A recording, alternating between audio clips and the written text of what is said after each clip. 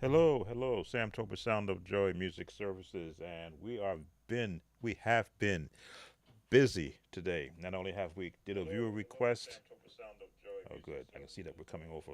Not only have we've done a viewer request, we did a 50-minute session on what did I cover? 50-minute session on whatever it is that I covered. I have so much going on in my head. Oh, practice tips and techniques. As I say, I've had so many projects, music projects, and sessions I want to be able to cover. And this is another one of the sessions that I've wanted to cover. I've been gathering so much information thanks to AI technology. I am a chat GPT user, and I've been using that resource to give me information that I could use to put together these live streams and any thoughts I may have as it relates to gospel music. So this is another one. If you looked at the actual description, I gave you the write up that I got from Chat GPT as far as the piano player chords. All piano players should know the most important ones, and the four most common chords used in music today. Not back in my day where they were doing that real big band sound or they were doing the urban sound, but what's being currently used today. So I want to once again try to see if I can create a song using the four most common chords. So I'm hoping that I'll get some more to come in with me. You'll see me uh, humming a bit. I got an idea which words from the scripture I want to use, but you may see me humming a bit and try to work out what melody can I put around the concept of the four chords. We're going to be in the key of C, so it'll be easy for you to sort of watch. And if you're at home next to your keyboard, you can also work with me. Of course, comments are always uh, welcome. I'm monitoring. So as you come in, or if you're going to watch this impromptu, once again, live stream, please leave your comments. I will see them and answer any questions. So, as you can see, I've got my workstation here, the keyboard up. Let's move my mic with me. If you hear me murmuring as a singing musician and not a singer musician, you'll understand. Key of C, and now we're going to be working with the four chords.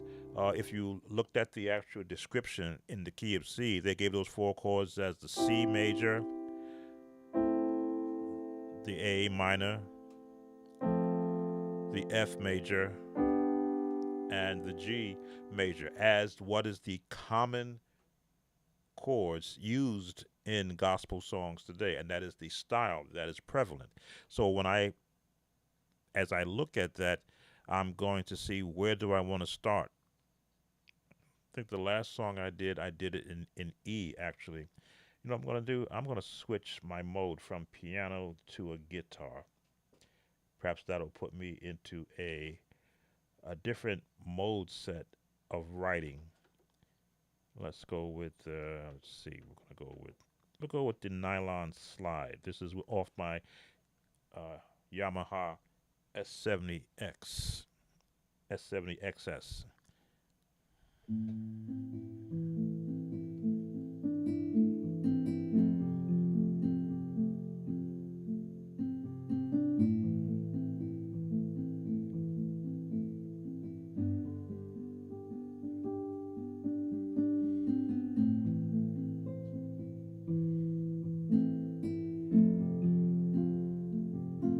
Using four chord.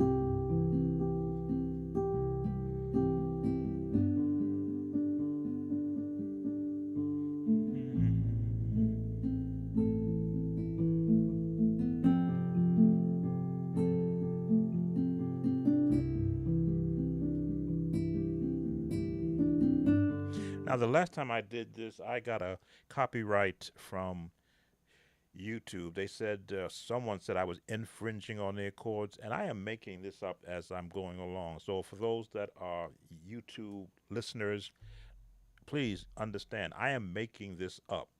I am not infringing on anybody's chords. These are the four common chords used today in gospel music, and I'm trying to see if I can create a song. So perhaps I should switch up and start on the 5.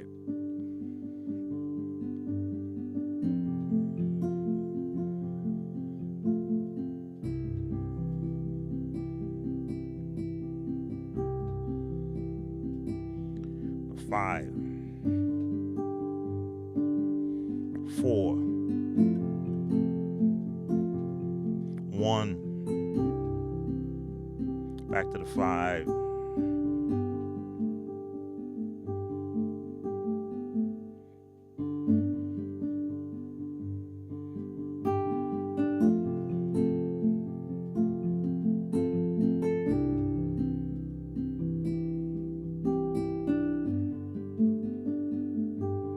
stay right there.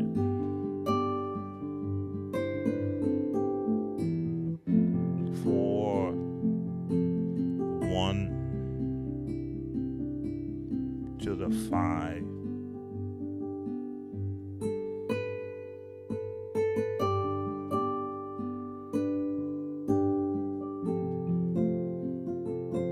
But 5,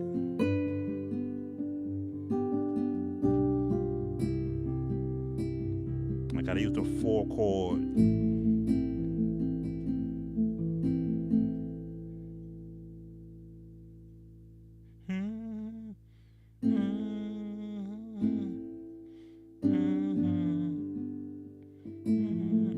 I have to use 4 chords. I'm trying to avoid getting another copyright notification. Start on the 4, 4 to the 5 rather.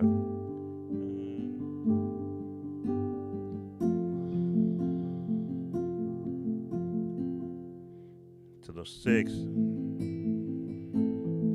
to the 5.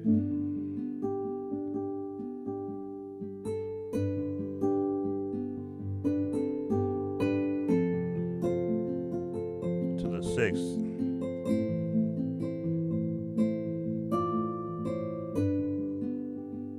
I'm going to change my guitar sound.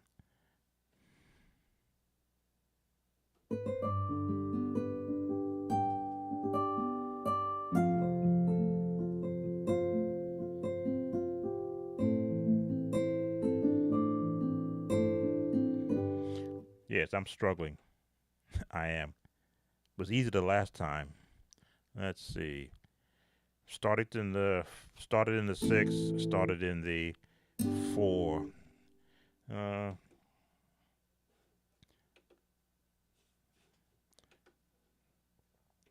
Let's take it to the 1.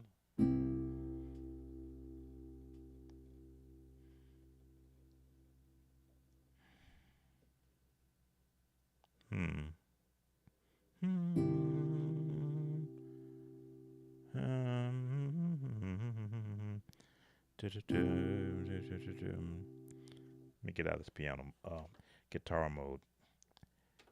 Usually when I'm doing music, I'll hear the melody once I got words in front of me. I got some words in front of me, but again, trying to see how to make it fit in the, I don't want to call it an actual Baroque mode of chords, because most of the chords are in the minor.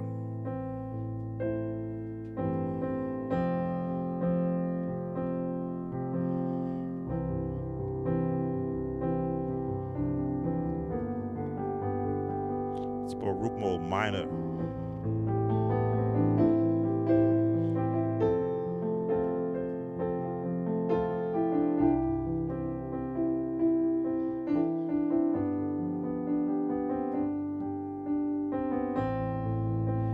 So I want to get out of that. So let's stay with that minor chord, but let's change the bass.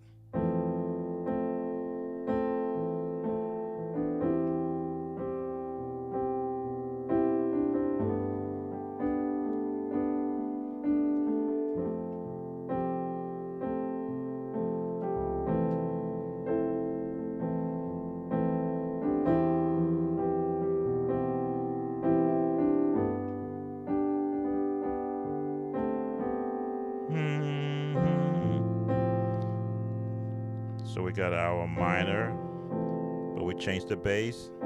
There's the 1 to the 5 to the 4. Now minor 6.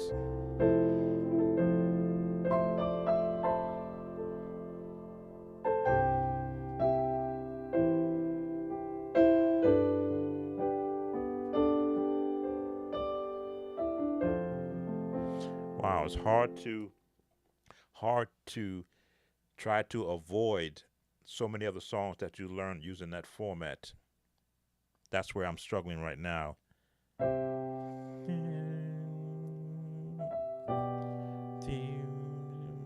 Go to the 4, to the 6, to the 1, the 5, to the 4.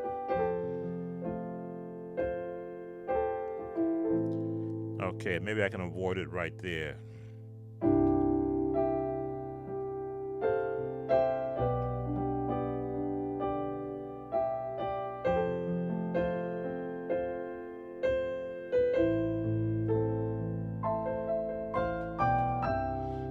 Just adding more to it so I can fight the YouTube algorithm.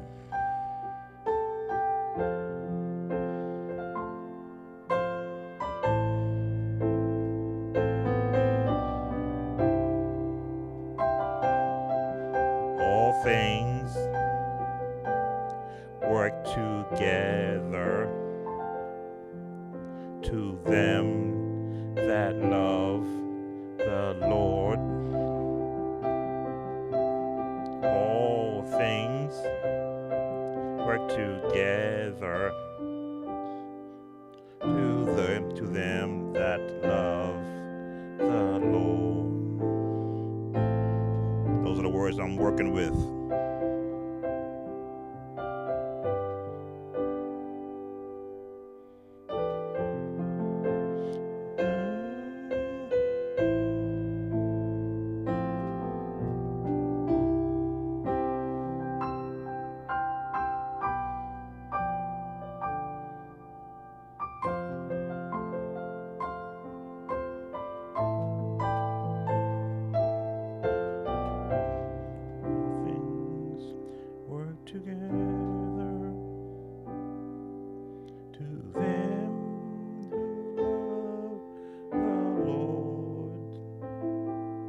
Singing, all things work together to them who love the Lord. I'm trying to find a melody. All things work together to them, or to those who love the Lord. Brick it climb. All things work together to them who love the Lord. Holding.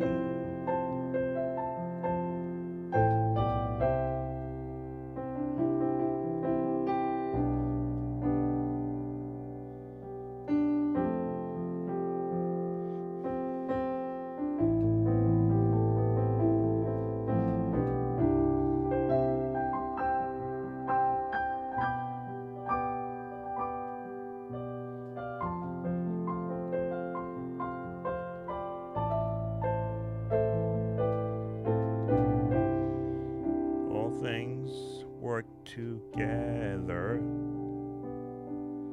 to those who love the Lord. All things work together to them who love the Lord. We'll keep it right there.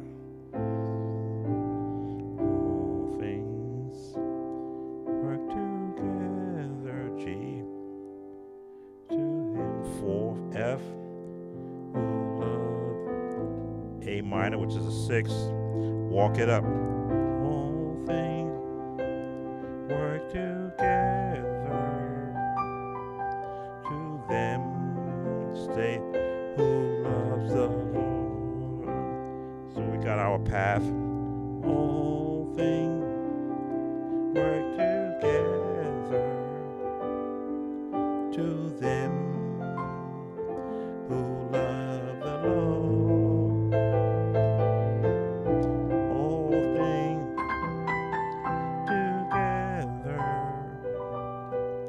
to those who love the Lord. Oh, we're going to put a pad in there because the melodies hide behind a layered pad. So let's go find one. Switch to pads. Da-dum.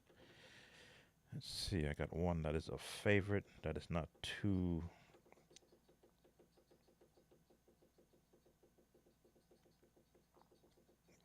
Where is it now? There it is.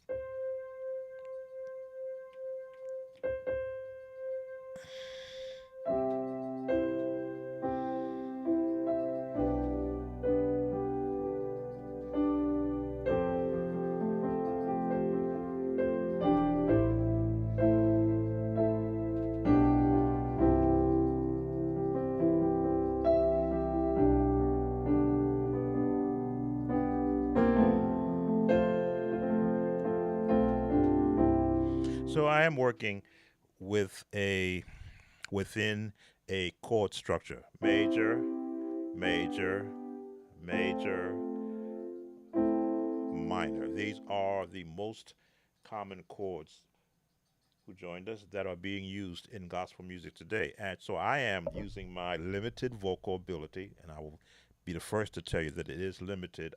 I can hear the notes and then play it better than I can audibly sound it out. But it does help me so that I can hear what if I'm going to add a second or third note. Like I can go hmm, hmm, hmm, 3-part harmony, or hmm, hmm, hmm. So I can audibly hear notes. If I wanted to do 2 or 3 parts, I can hear where it should land. Things work together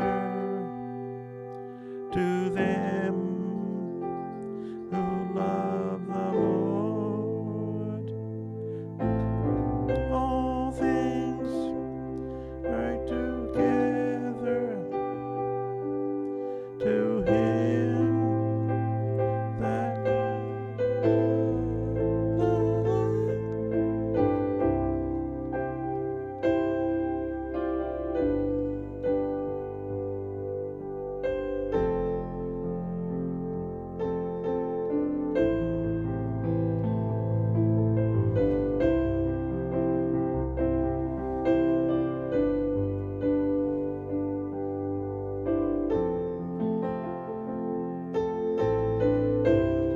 so those chords can coincide with each other because they will fit in the 1,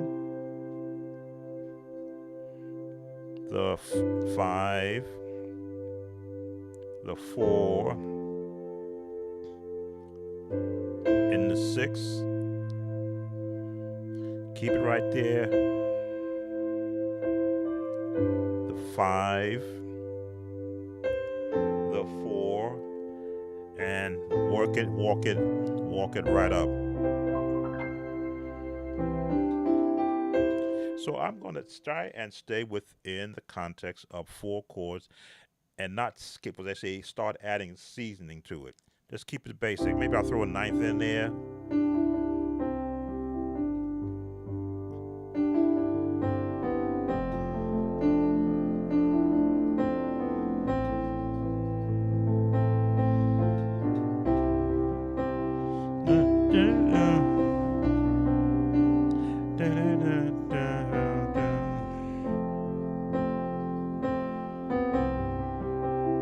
So that 9th in there.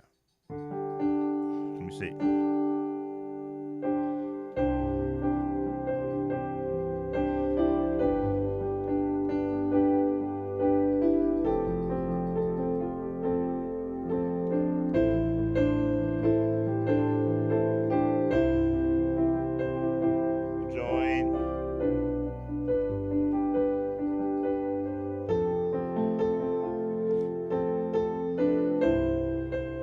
So I am staying in the four chord structure that is being used today. Um, the movement that happening around it helps to fill the space that's left from just four chords. Now that's not where most of your common music path follows, but I'm trying to avoid getting another copyright infringement because I've used a pattern that someone else wrote somewhere in the world. As it's happened 3 times already, so I'm trying to avoid that. Then the 1, 5, 4, 1, 1. Now I'm doing the bass.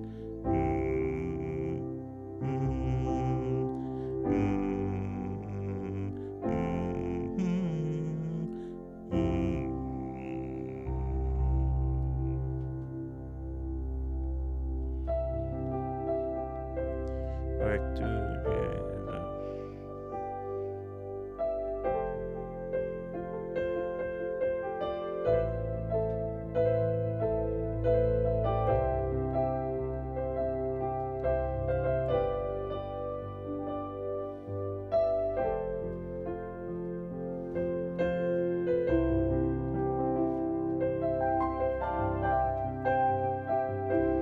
Works together.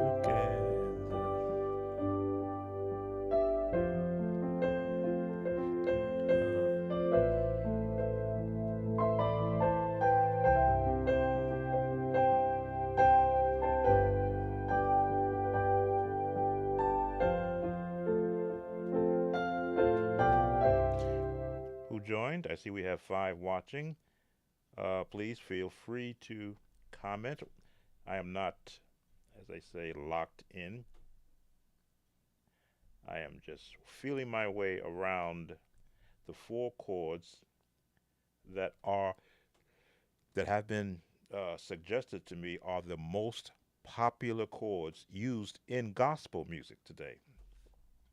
And I specifically did my search for what is gospel music, the chords gospel music is using today, and these are the 4 common chords today. This is 2023, or perhaps 2021. I was using Chat GPT, and it's only programmed to 2021, they tell me. But as I listen to all the music, especially the ones that are suggested to me as a viewer request, I'm listening for patterns. So I can say, okay, this song written in this time, this date or year is part of the same pattern. And I look for patterns in all music that I play, be it big band, be it jazz, be it urban gospel, be it classical gospel. I look for the patterns. Hey, Clickaway, how you doing? Well, you want to call it CCM chords, but I did my search on Chat GPT, who I am now a user of for information, especially reference information. And the question that I asked it was, what are the chords being used today in gospel music? And it gave me 4 chords. In fact, you see it in the in the description. That is the readout that I got from Chat GPT. I asked it different information about chords. What are the chords that can be used in gospel music, and what are they using today? So I'm looking at, again, writing a song using the 4 common chords. Again, lyrics, I always go to the scriptures for lyrics. So I'm using Romans 38:8, if I'm not correct. And we know all things work together for good to those who love the Lord. So I'm just using that much as my lyric base to place around the chords, because the chords really are is the bed that lyrics ride on. So when you watch the praise team sing, and there's a lead singer singing, and he's being supported by 4 chords, he is the music, the what's the word I want to use?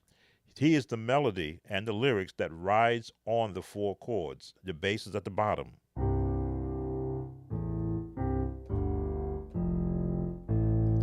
That is the lowest tone in any of these chords, which is why it's so important because it's going to determine the whole sound of that chord. Your bass on the bottom.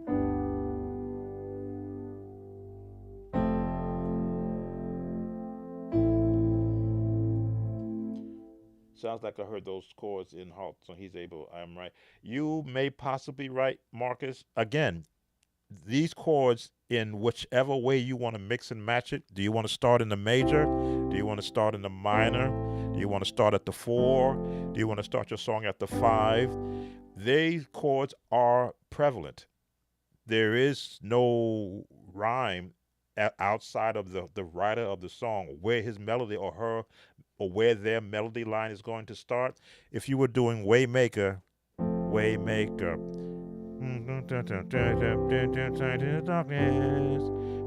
who you are, 4 chords. Pick a song. What is that? A song? There's a song that my second cousin sings. Oh, I can't remember that song he sings. It uses 4 chords also. Let's see. What's another song that I can call off right quick that uses 4 chords?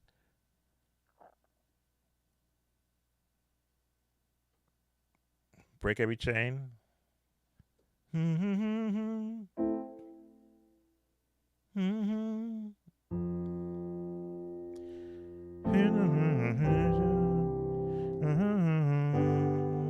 No, that's Waymaker again. Break every chain, break every chain, break every chain, break every chain. There's a in the name of Jesus. There's a in the name of Jesus. Break every chain, break every chain, break every chain, break every chain, break every chain, break every chain. There's a in the name of Jesus. All right, so break every chain. Same 4 chords. 6, 4, 5, 1. 6, 4, 1, 5. And those are the 4 commonly or popular chords being used today in gospel music. Every Praise uses 6. No, 1. Every praise is God. They use the 1. Every word of worship, the 1 of chord. The 6, the 4, praise. Every praise, which is the 5 and 2. Oh God.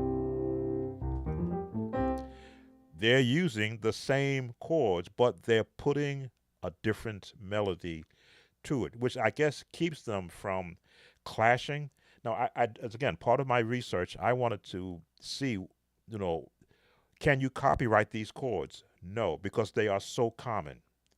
Rihanna uses these chords in her song Lift Him, because I actually did a small snippet of that when I heard it, and I said, gee, she's using the same chords. Taylor Swift uses 4 chords in her song. You'd be surprised. The 1, 6, every praise, every praise. Yeah, that's every praise.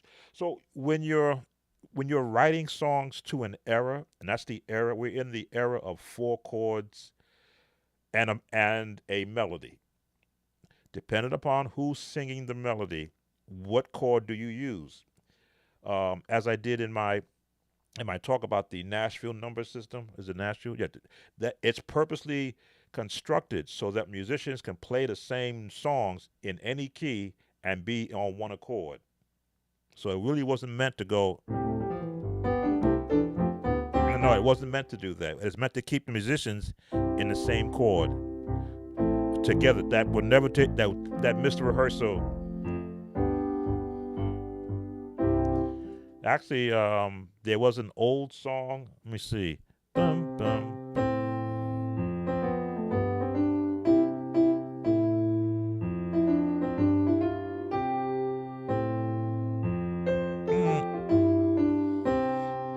That is an old song I learned as a youngster, back when I was 10 years old.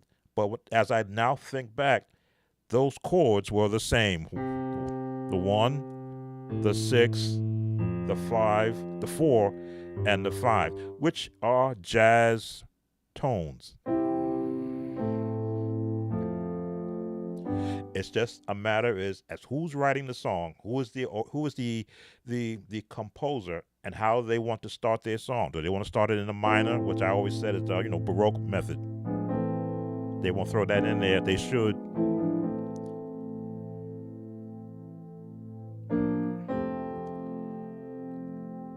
So where they're gonna go from here? Do you go to the 5, or do you go to the 1?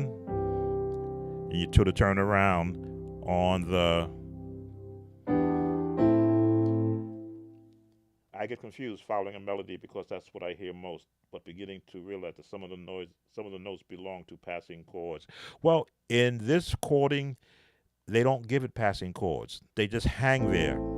Now, depending upon the length of the lyrics,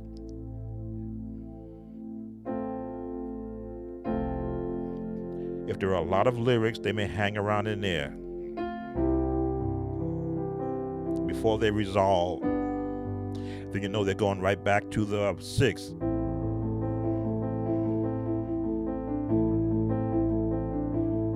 To the 4.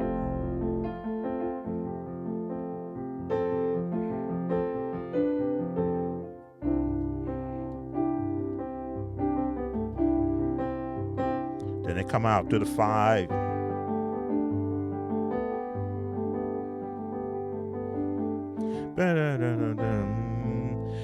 And they are, believe it or not, in the scales with their melodies, so they can't go out of it too much because it's going to change. I don't want to say the flow, but change the actual dynamic of what they're trying to get across. See, music is about emotion, and what brings out an emotions in a person listening. Happy chords, which is in the 1. The 1 is always going to be an emotional chord. That's why it's always the last chord at the end of a song, because that means the sun has come out, it stopped raining, you found $1 million. Now, when they end on the 4, again, I used to hear that ended on the 4, and I would ask, okay, when are you going to give me that last chord? But they would just end it right there, because that's how that's right, tension and release. That's how they want to take you into the worship.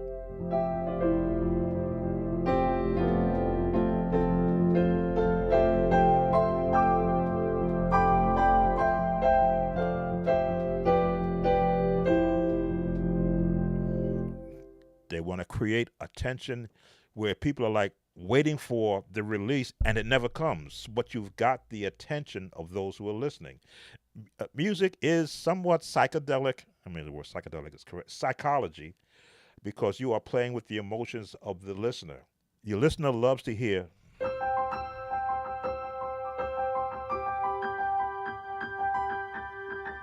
tension, release. Okay, you got them. Now they lose. Now they're waiting for the tension.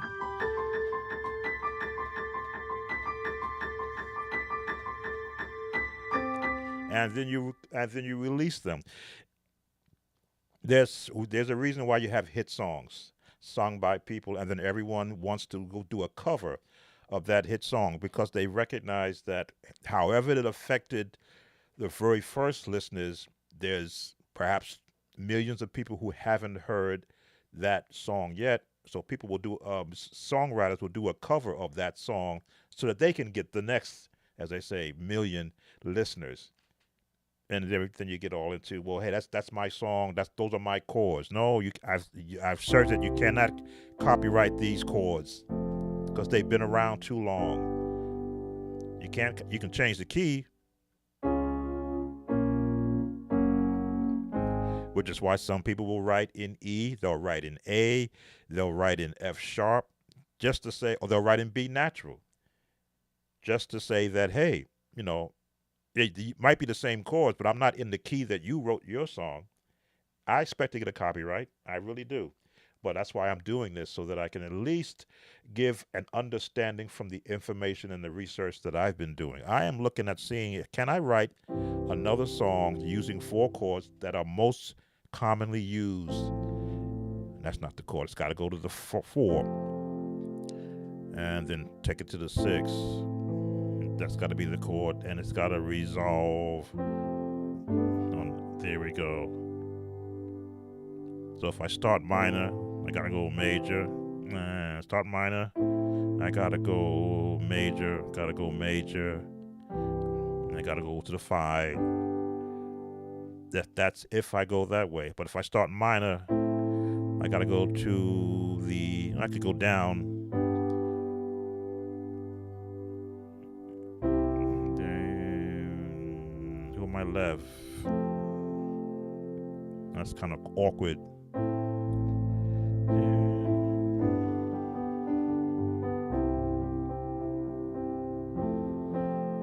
I guess you could end on that key.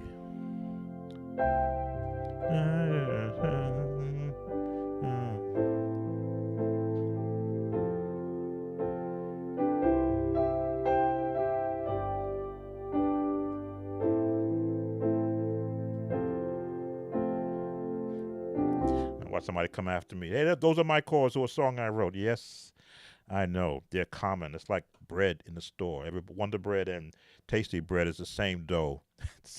It's just wrapped into a different wrapper. And that's what music is. Same chords, just expressed differently.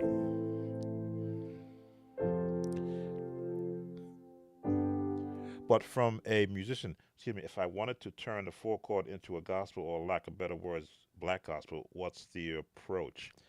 Sevenths, and I think if you look at my description that I wrote, I put in there 2 designations for chords. What are the chords that are common for musicians to know? Sevenths, I think they call them sus chords, blacks call it diminished chords. Sevenths, diminished. I say minor 6s, but that's up for debate. And of course, the other 4 chords. But to turn a 4 chord song into a gospel, again, whatever your lyrics are, you're going to be walking.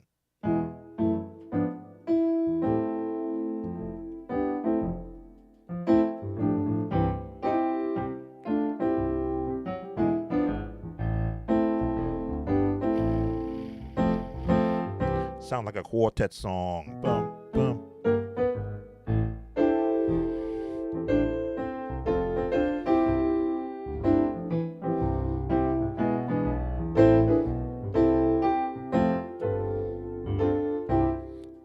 Then the turnaround is the 5, back to. There's your 1, to the 6, to the 4, 5.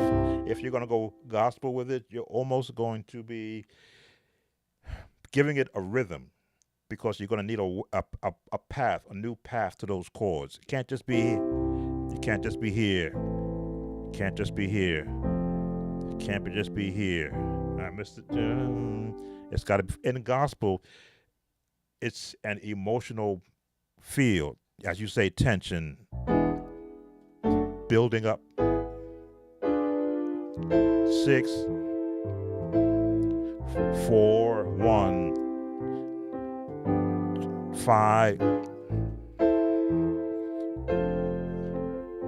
1, 5, 3, 3, 6.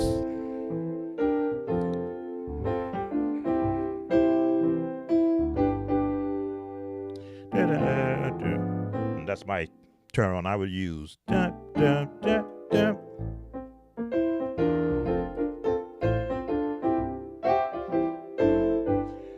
This is when I start to get lost. Oh, using scripture, you started with and we believe, and we know that all things work together to those or for those who love the Lord. And we know nope. And we know all things work together to them who love work together.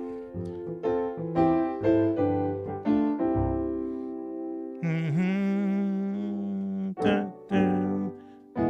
together to them who love.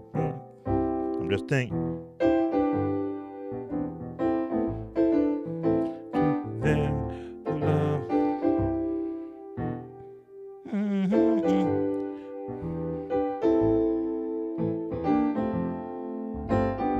My head is thinking minor 6, 4, 5, 1, 5, 6, 2, 2, 3, 4, 5, 1.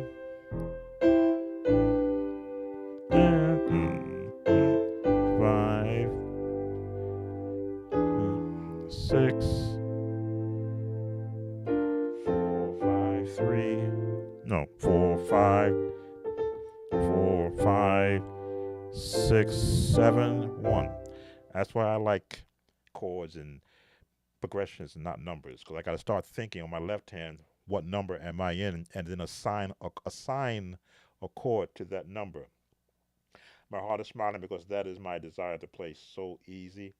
Oh, I'm doing this series now so that I can give insight as to how, when you apply theory and you practice theory underneath what you're currently doing now, you will find yourself what you see me going doing this. You'll find yourself doing that out of habit from just practicing. In my thought process, I can look at music without hearing it. Excuse me, I can hear music without playing it. So when I go to play, if I do what I'm not hearing, I know that I got to go back and find where did I miss. If I went dun, dun, dun, I missed the note. Dun, dun, dun, dun. That's what I want to do. Dun, dun, dun, dun. A7th major. Bring the bass up. Go to the 2, the 3. And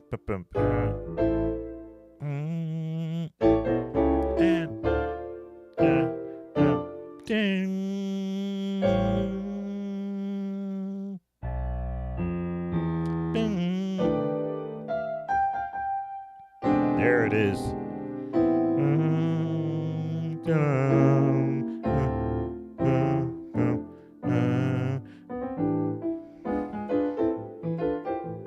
This is all going on in my head while I'm playing, and if I don't hear what I'm in my head, I go and I look for what am I looking for.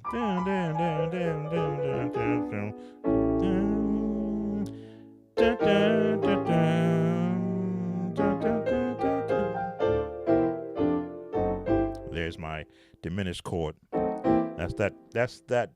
That gospel sound. A gospel would have a hard time writing just 4 chords because it wants to use everything that a jazz musician would use. It want to go here, it want to go here, it wants to go here. It wants to bring you to a climb.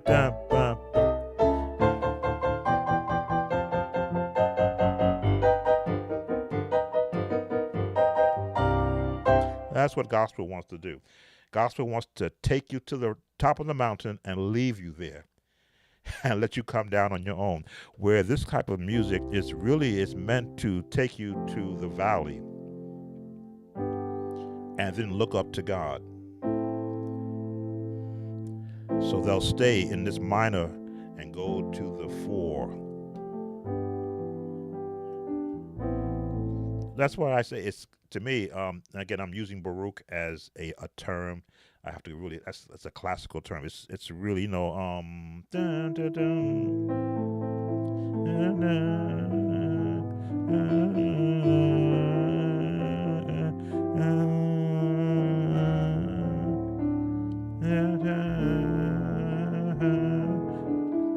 getting that classical sound that really is supposed to invoke in your emotions sadness.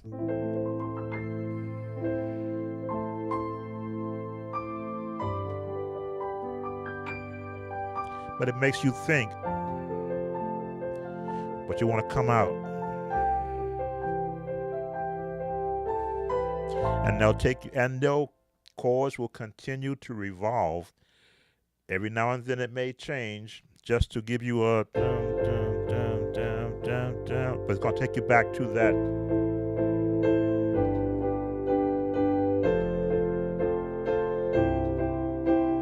Take you right there.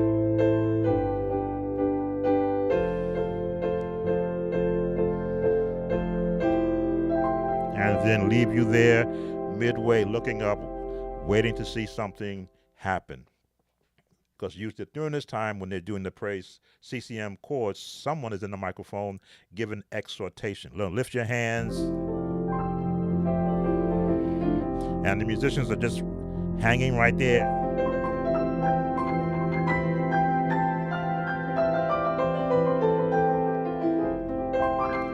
Trust me, if you saw what the musicians was doing, you would go, well, okay, I can do that. But just not in this setting. So yes, I am looking at giving from a theory standpoint, and theory is the natural number system is the jazz theory. The gospel theory is from I'm going to put this, a different type of jazz. I want to say, yeah, well, okay, I'll go with this. No, I wasn't there. I can only go by the research that I do. You have many styles. You've got the New Orleans jazz.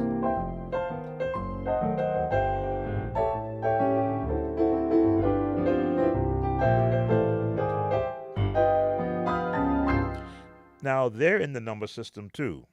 The 1, 7, 2, no, 1, 3, right? The 6, but the major 6, major 7, 6, to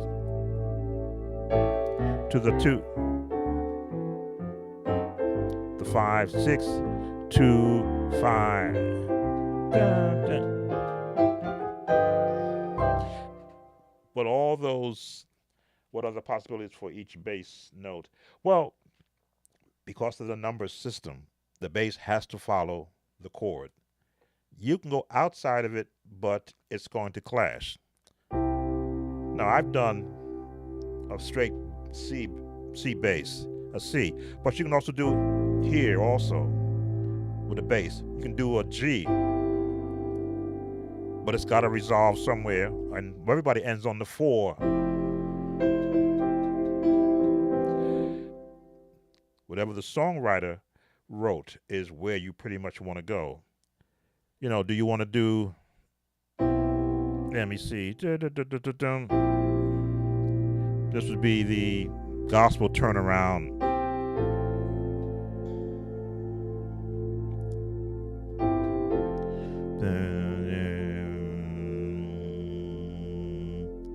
G minor. There we go. Now I've gone outside of the norm. Pardon me.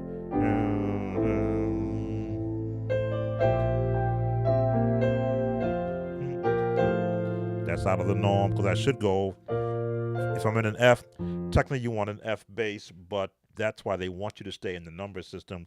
The notes are for the bass player, I believe. That's what I'm getting the vibes as I do my research. Whatever chord everyone else is doing, you want the bass player to be in sync with you. So you're gonna say, hey, we're in the 6. Stay right. Well, that don't sound right. No, you stay in the 6 because I'm gonna be jumping around. You stay in the 6.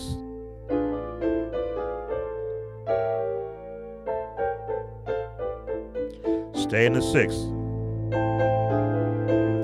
Now go to the 4. And stay in the 4.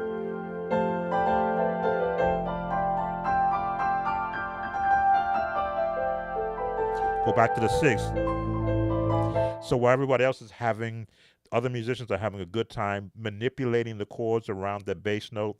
The bass player's been told, you go where we tell you to go. Now you can go to the 1.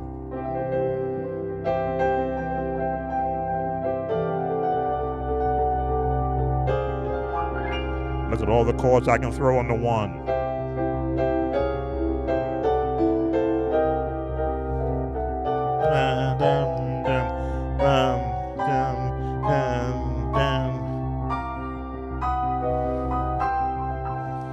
I can go up chromatically all these notes in the scale on the 1, which is why I question when you're taught to learn a song on the number system, what chord are you going to assign in the 1? Which chord do you put in the 1? Which chord do you put in the 2, in the 4, and the 6? What chord? You can't just say you stay in the 1 and you're doing this.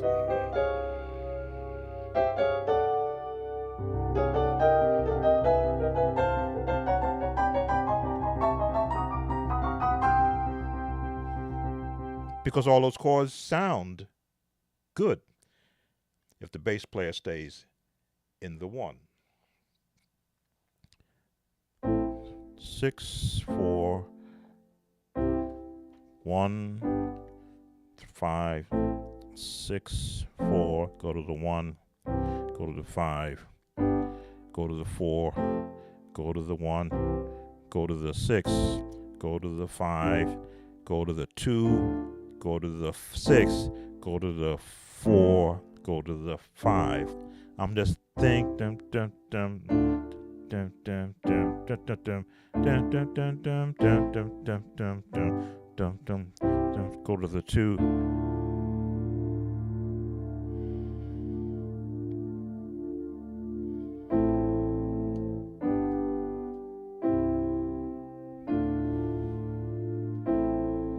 Different path.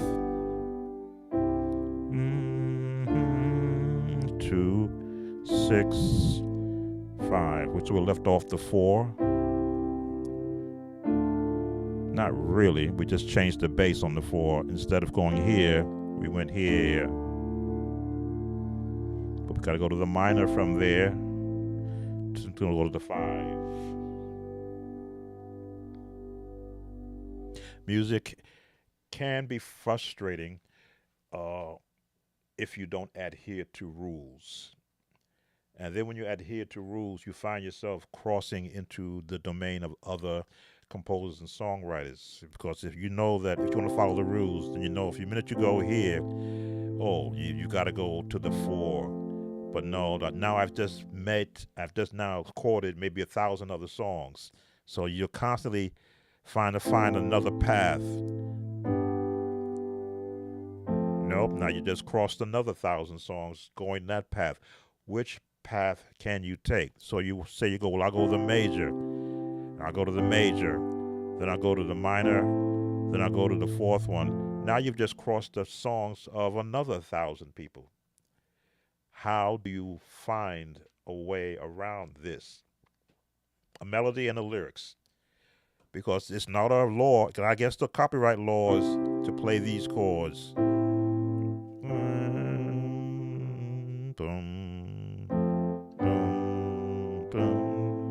There we go. So the 1, the 5, the 6.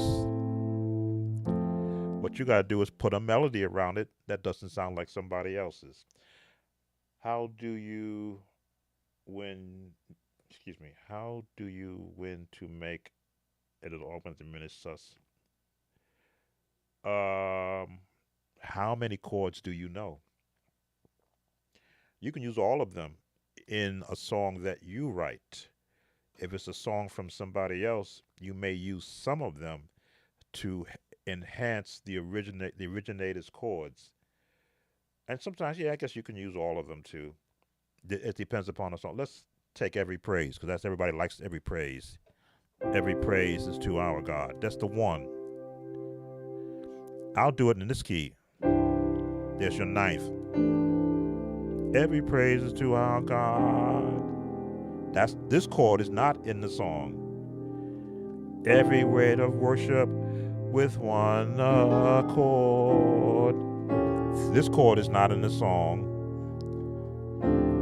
Every praise, this chord is not there. Every praise, this chord is not there. Is due unto our God. I just threw in some of those chords. The sus, the seventh, ninth, and flats. I threw them in there. As I say, it's a matter of knowing which one you're going to use. Every praise is to our God. Every word of worship is one accord. Every praise is to our God. I'm thinking,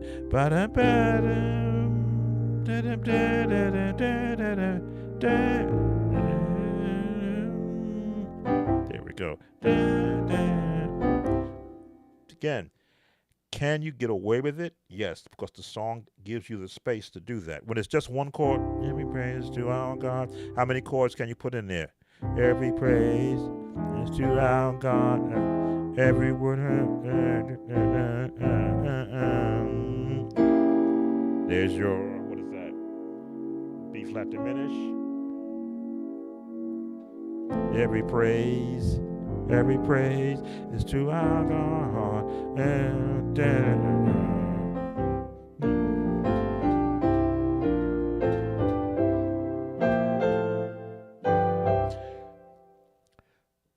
Pick a chord in a particular phrase of the song you want to add it in there and see if it fits. Does it make musical sense? Again, theory has to have its role in it.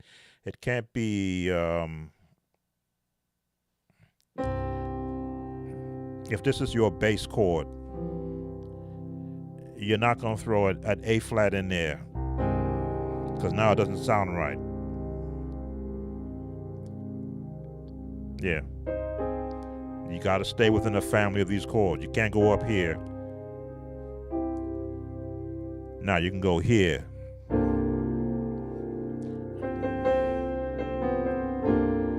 Every word of worship, one accord. Because you know it's going to resolve. Every praise is to our God.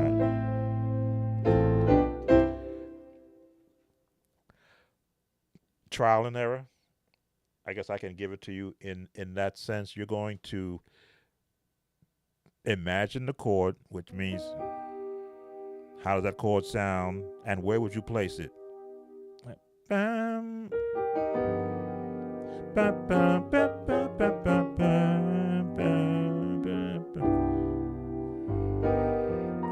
Where would that fit? Right before the every praise, every word of worship, but that note has to be there.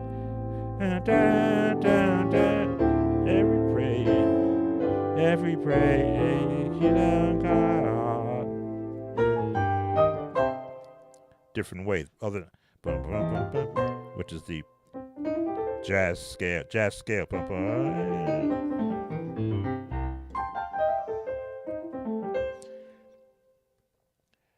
Music is it's a evolving language, and right now they're speaking in 4 chords. As far as gospel music or the writers of gospel music now, will it evolve to something else? Yes, it will. I've watched it evolve since I was 16 years old, when I really began to put the study to learning all these songs. Again, when you learn hymns, for those who don't like hymns taught me 4-part harmony, which is drop 2 chords in a sense. Let me see what's the last note. No. Yeah. That's what hymns taught me. Hymns taught me playing drop 2 with a bass on the bottom.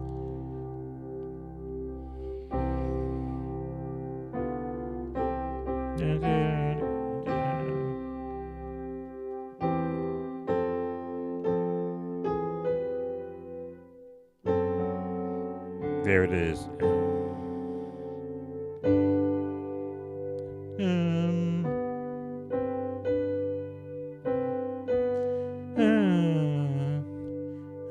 There it is.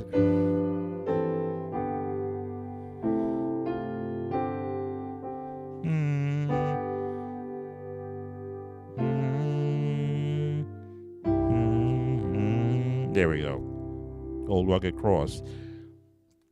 Because I learned the concept of those stretch chords, I can now fill that out.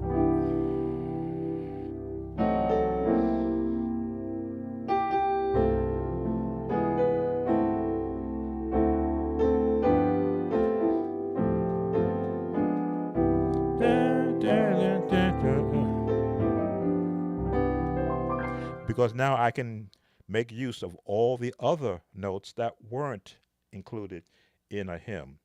A lot of musicians fight against learning hymns. I say, well, you'll never really be a good songwriter if you don't learn a hymn, because there you learn melody and harmony structured in a classical format.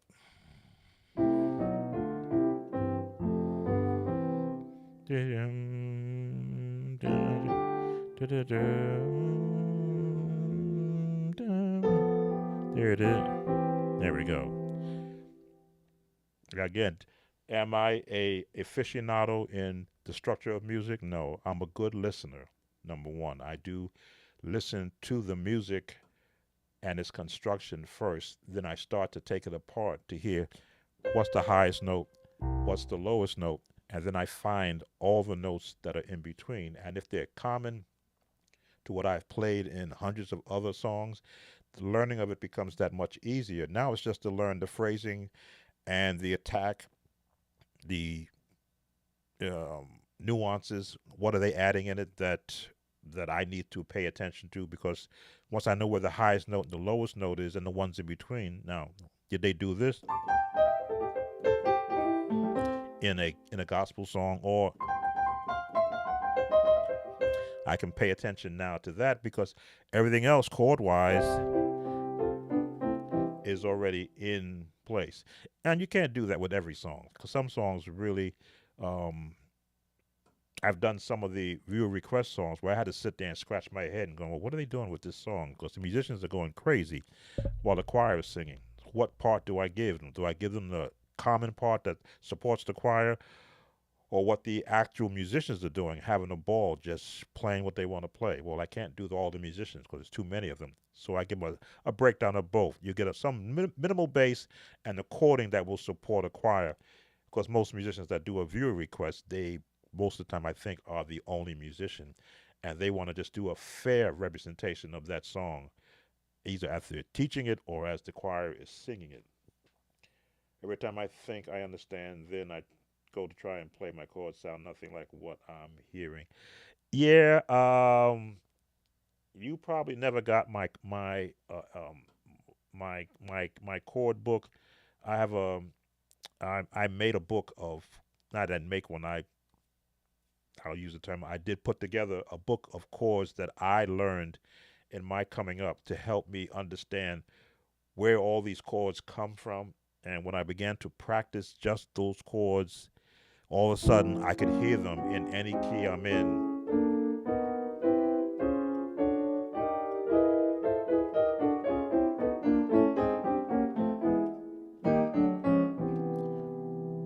Hear that seventh chord, major seventh, in every key. There it is.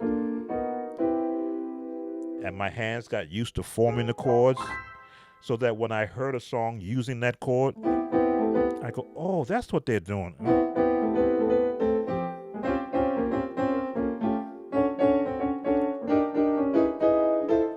It became easier to hear the chords because I practicing just, and all they did was technique. I even wrote a song.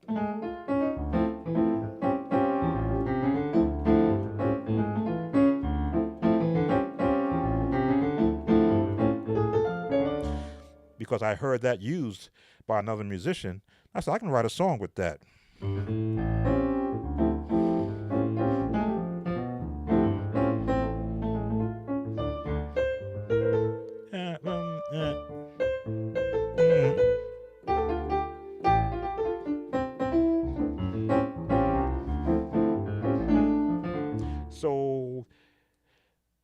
Oh no, it's free.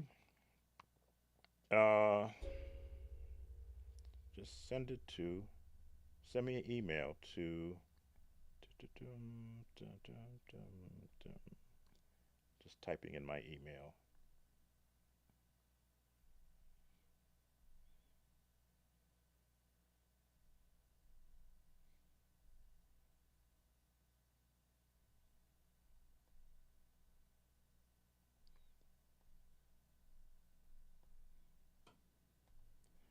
There we go. Just send me an email to my Gmail account, and I'll just send it to you. Again, I created it back in 2011, and I have never updated it because a lot of the when I had an online course, a lot of my students moved on to other content creators and to other teachers because they wanted to learn a different style than traditional. I wasn't doing all this new age music. I was strictly traditional. Let me get you in your church. Let me get you playing the songs for the senior choir, for the children's choir, for your young adult choir before the urban songs really start to take over. So they migrated to the next musician stage, which is really the correct way to do it. Anyone who's taking instruction from me shouldn't plan to stay with me long because I'm getting you prepared to go to the next stage, to the Sean Wilson, to the Pretty Simply Music, to the Emmanuel, to his site. Okay, Hubert.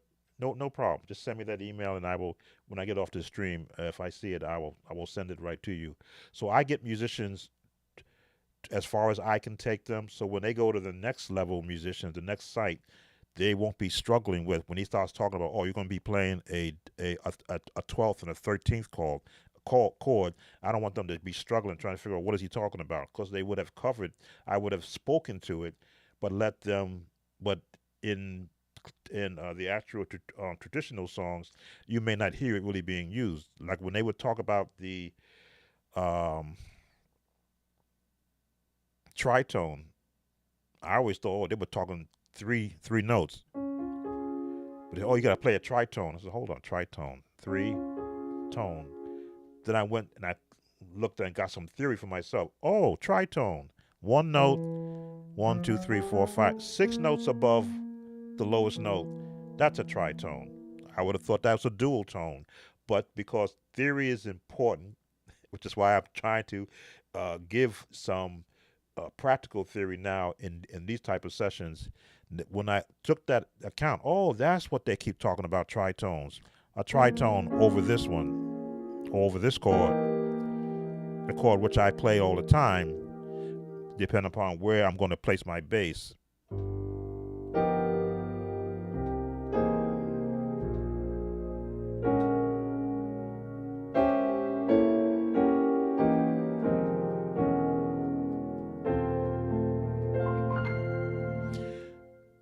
Then I got, then I learned something. Again, I am not above being taught correctly because I may not give um, the book understanding unless I open up a book or do a search for it. And then when I find that I've been incorrect, I'll come back and correct my statements or put it somewhere where I correct a statement. So when I go, if this is not a tritone, how to use tritones, I just would do this. I used to practice this all the time and didn't know I was doing tritones. Dum, dum, dum, dum, dum, dum, dum, dum, dum, dum, dum. Didn't know I was doing practicing tritones. But again, education is the key to success. So if I stress practice your scales, because I want you to be able to do a run in any key you want to.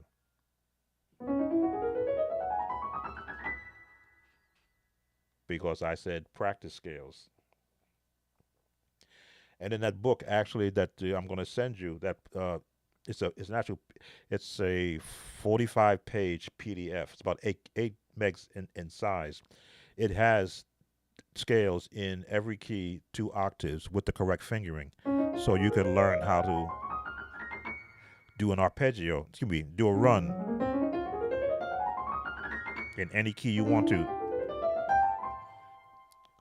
and build your dexterity and your ability to move across the keys. That's why I in my previous my 50-minute session I did today about practicing. The more you practice, you can't help but get better. It's what you practice. If you practice,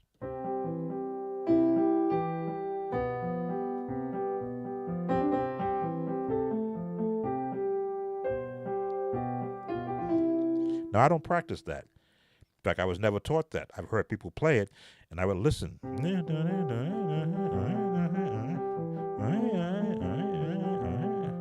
Oh, that's all they're doing on the left hand.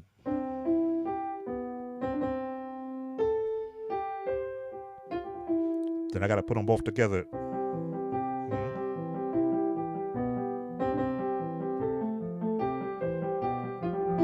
If I keep practicing it, I'll get good at it. But then I'll take it apart.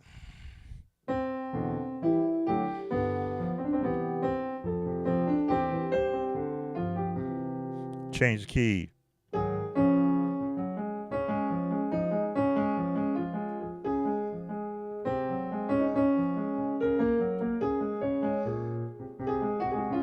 Now I'm not as comfortable doing it up there, but then I'll go to the next key.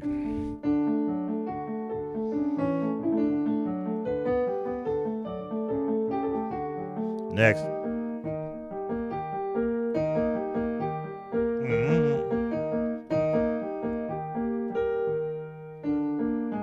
Now slow it down.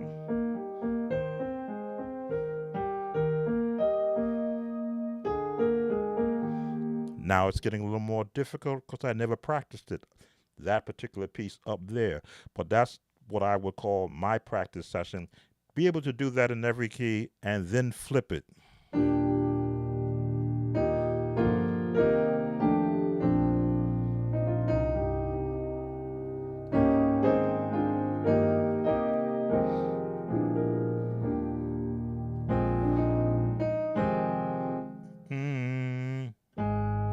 F.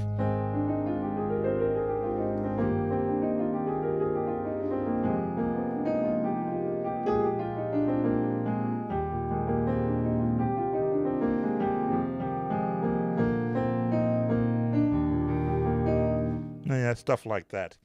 That's what I do. Take something that is common, try to get as proficient as I can in my practicing, and then take it to another level. Flip it, add chords, add jazz chords, add your bass chords, put a bass and a rag and a tag on it.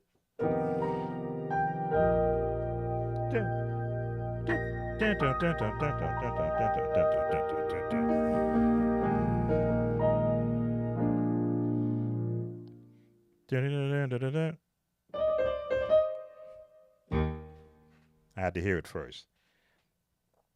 I watched some other video tutorials where you broke the chords down to basic and built it to where it is now. Yeah, that's the path that I took as a young musician. I couldn't hear all the chords in a song, so I had to play the ones I could hear. And then again, once I got the chord book, and this is that, I mean several chord books that would show the fingering, the correct fingering, and I looked at the name of the chord and I would just practice that. All of a sudden I could hear the chord that they was using in the on the album in the midst of the 3 or 4 chords I was putting with a song. So now it became easy to say start from the beginning.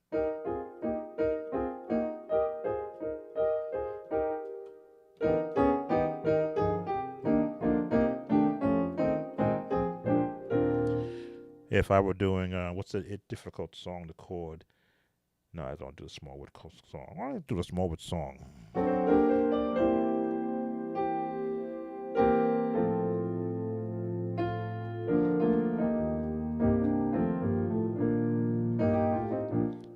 When I learned trust me, once I heard those chords, I already know his style. A 7th into a minor, into a 7th. His signature chord. See the breakdown? Left out there, put it down here.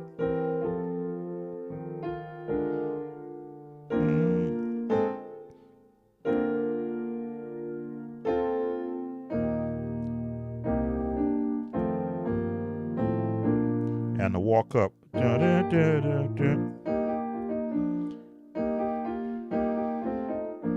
That's from practicing.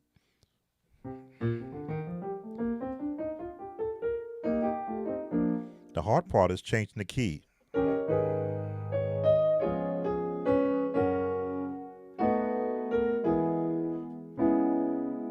Mm.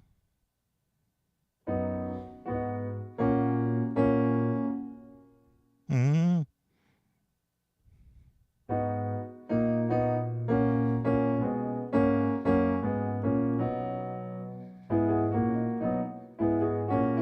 There we go. Had to get that bass correct.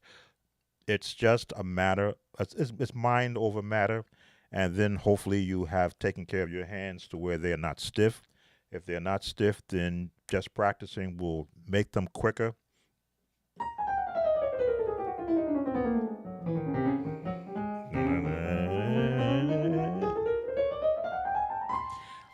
Just that is enough to just doing that chromatic scales. Like I say, Flight of the Bumblebee. I really still can't get it right. If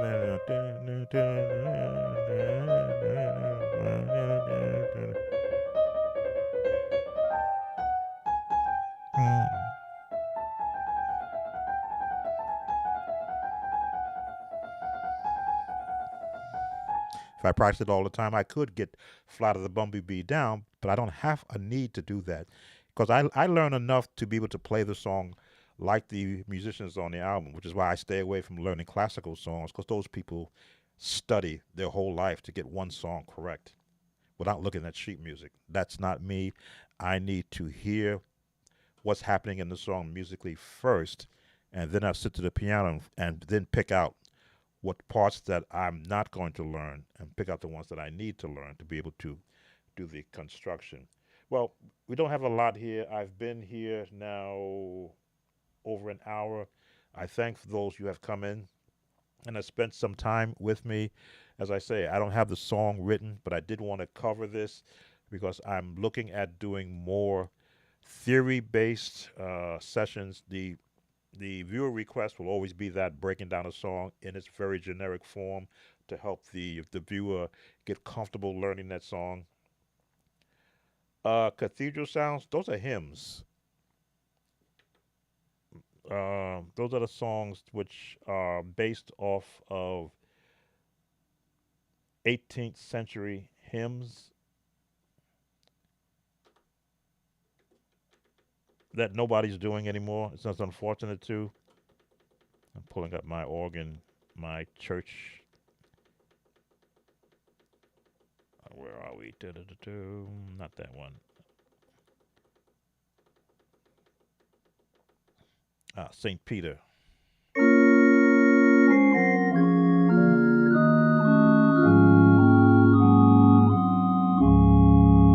to the next one.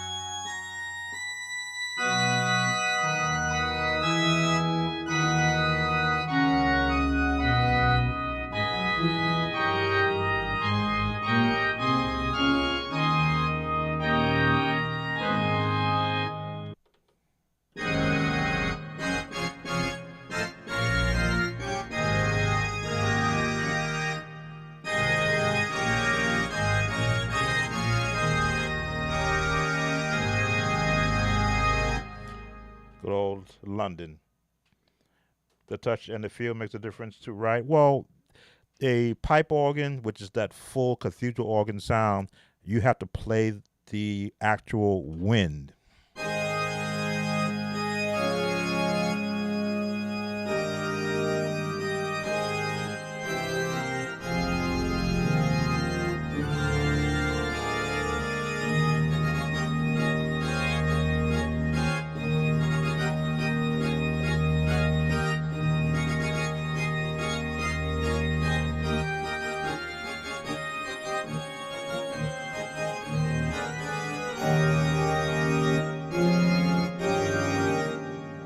What's that song? Hmm.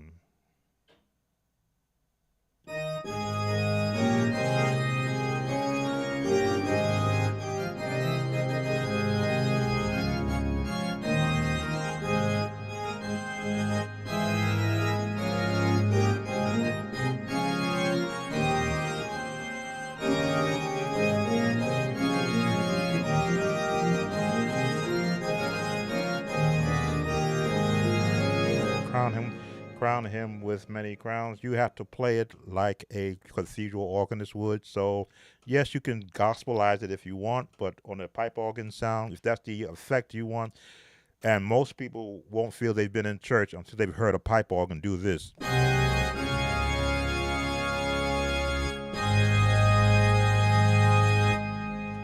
That means church is over. Trust me, that sound.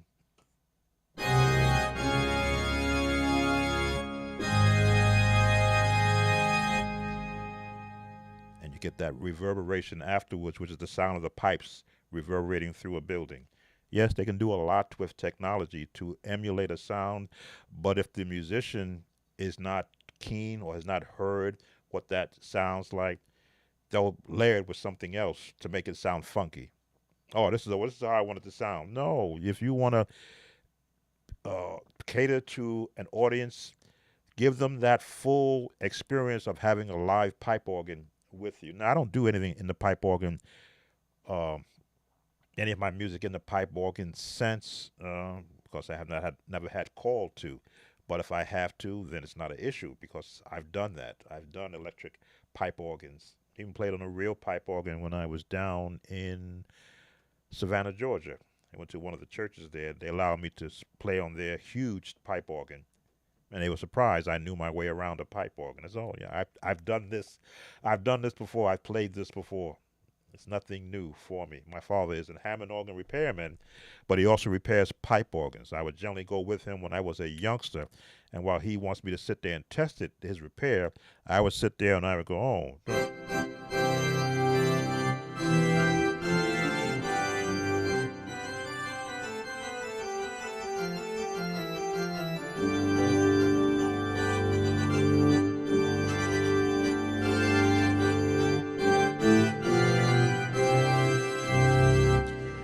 And they would go, "Oh, that young man knows how to play the pipe organ." Yeah, yeah. My father would go, "Yeah, he plays organ."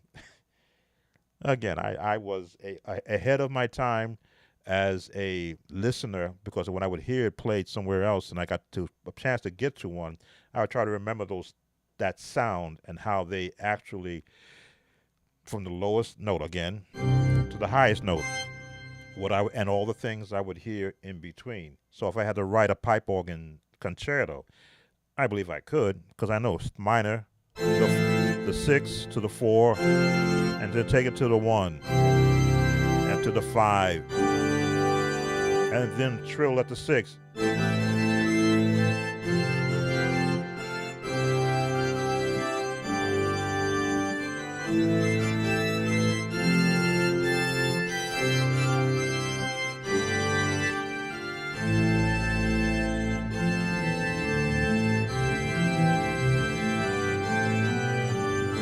The same, the same. Nothing has changed. It's just the approach, the instrument, and who the actual listener is. Oh, Gold Star. Thanks for your training. Question: how difficult was it for you to learn voicing? I learned choir voicing from spirituals, from anthems, from hymns, and then when I got into gospel, I was asked always in the rehearsals to play the soprano's part in a song. So, which means I had to go and whatever song that they were going to sing, I had to sit with at that time, the vinyl album and play it back and forward so that I can hear what are the sopranos doing. If I would say we're doing the song, let me give a popular song today that has 3-part harmony. I don't want to pick Total Praise, but I got enough copyright strikes hits on that one. Um, what's another song that has 3-part harmony?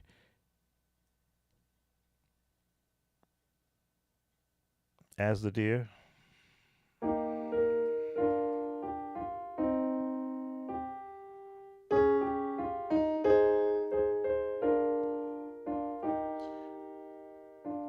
So I'm hearing 3-part harmony, even though they sing it in unison.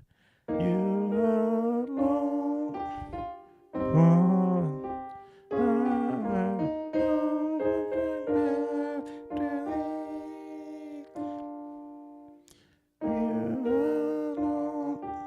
Minor.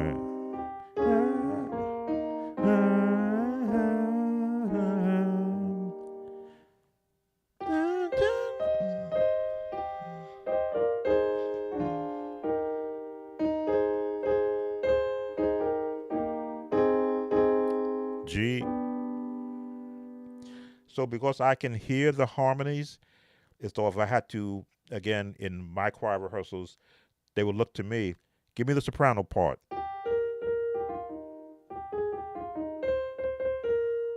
Okay, play the alto part.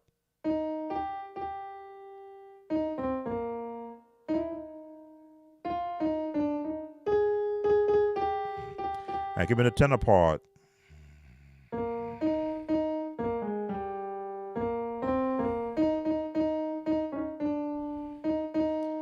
So just learning that particular concept, whatever song I would hear, I could pick out all the parts for all the voices and then add the chords. You alone are my heart desire, and I know after thee. Then the rest was easy. Walk it up.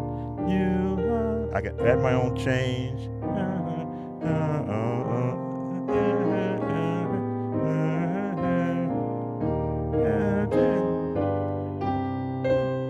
Choirs up there.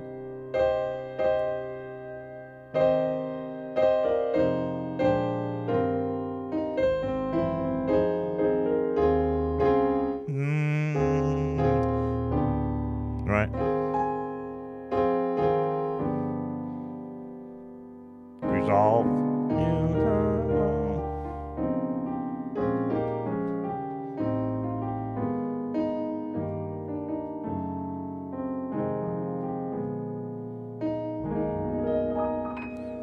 And of course, I can add any kind of ending to it that I want. Most guys end on the 4. I'll end here because it's a nice jazz ending for me.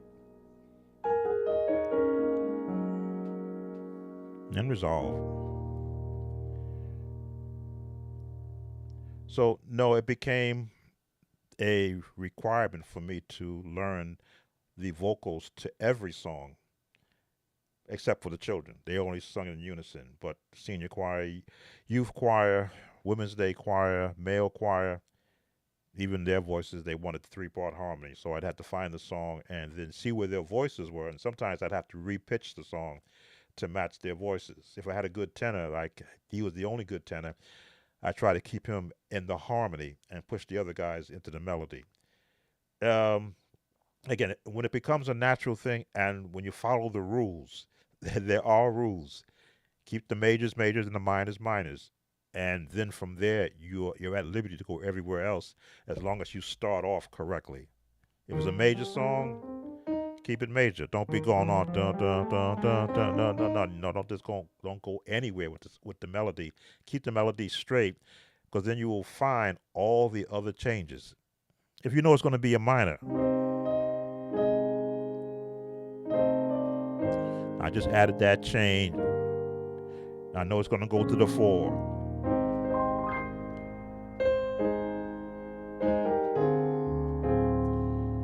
There's my tritone. 1, 1, 2, 3, 4, 5, 6.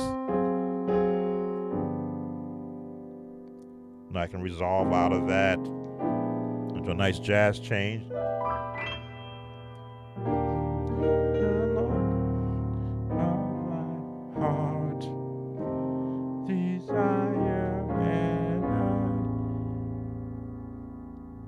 Which way do I want to go? I can go to the 2, or I can go to the 4. Let's go to the 2. Because we're going to turn around. 7, 3, 6. Out of it to a D flat, to a C. To the 2. 7, 6. And now we're going to go to another 6 major. This is all going on in my head. Diminished on the 6. We just went to a major, but now we're throwing a diminished. The 6 stays the same, which is why I always ask, if you're giving somebody, teaching somebody to play the number system, how do they know what chord they're going to put there?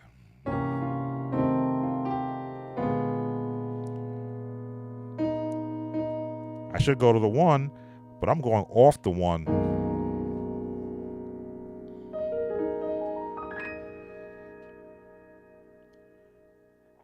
How are you doing, Sister Lee?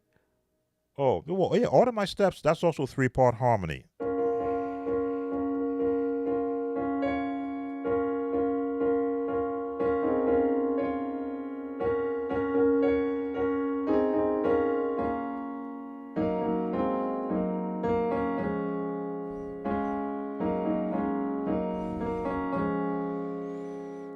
Humbly I ask thee to be more real. Why I am so to keep me keep still. No, Satan is busy. God is real.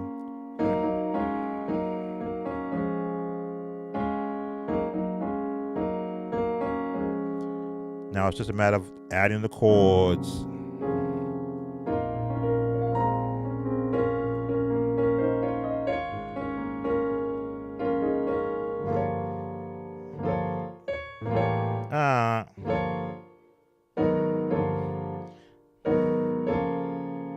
There's a chord missing. There it is.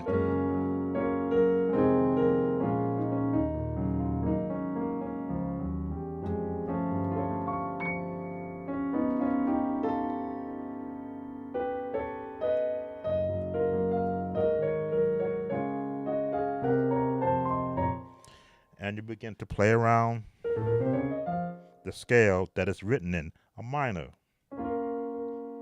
It's in D flat, but it's written in F minor.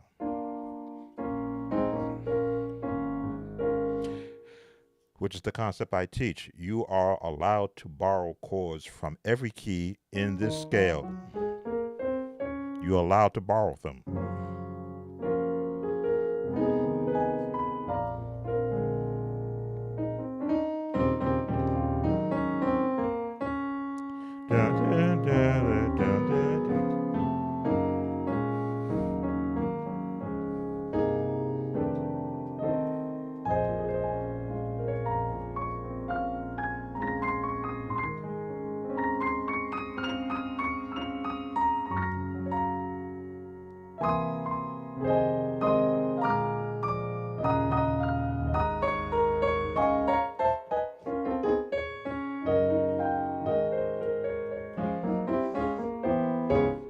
Want to walk worthy. Just walk right up.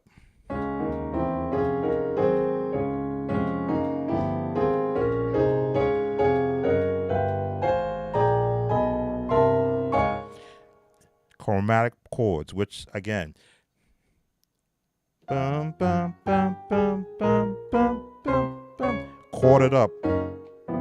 Bum.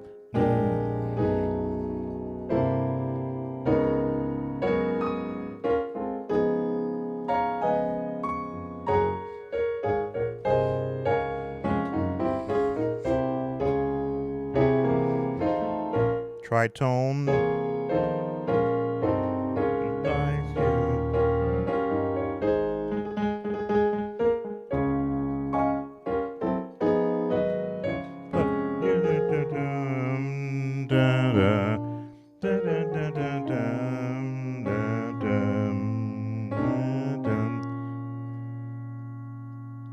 Please, I'll praise your name.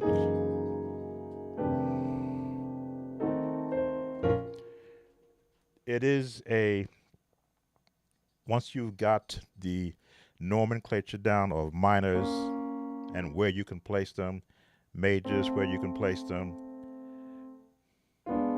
diminishes where you can place them, you can turn any song gospel because those are the tones that have been identified with gospel and with jazz.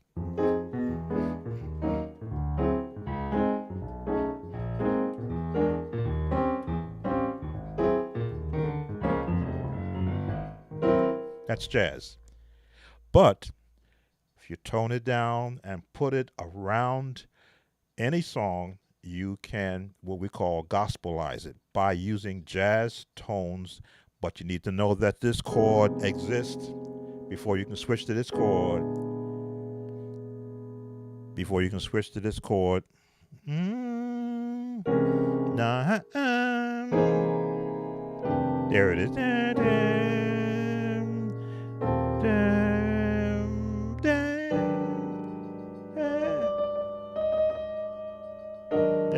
The chord I'm hearing in my head. I'm making stuff up now. But yes, once you know the chord exists, it's about placement. Place it in the right place, and it will do the job that it was designed to capture the ear of the listener and evoke an emotional response out of the listener. That's how um, artists sell records or sell, now they sell Spotify and Pandora and Apple and iTunes, but that's how they make their sales. They create a song that evokes the emotions out of a people.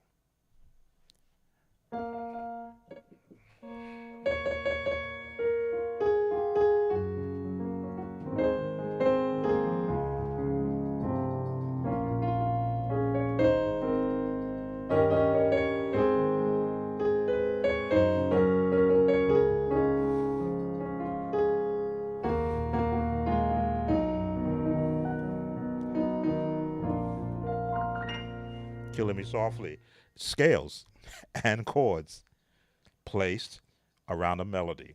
And all of a sudden, you have a hit song and royalties. When you think about music playing and playing, what is your approach? Always melody and chords. That's the beginning. Melody is built on a scale, and then the bass chords which support that melody. And once I get that support in place, and by melody and chords, I mean from the bass, from the lowest note to the highest note, having the melody doing the lead, then I look for additional chording based upon the path I want to take that I can add in, plus or minus. Sometimes they sound good in one setting, but in another setting they won't. If I was in a jazz setting and I started doing this chord,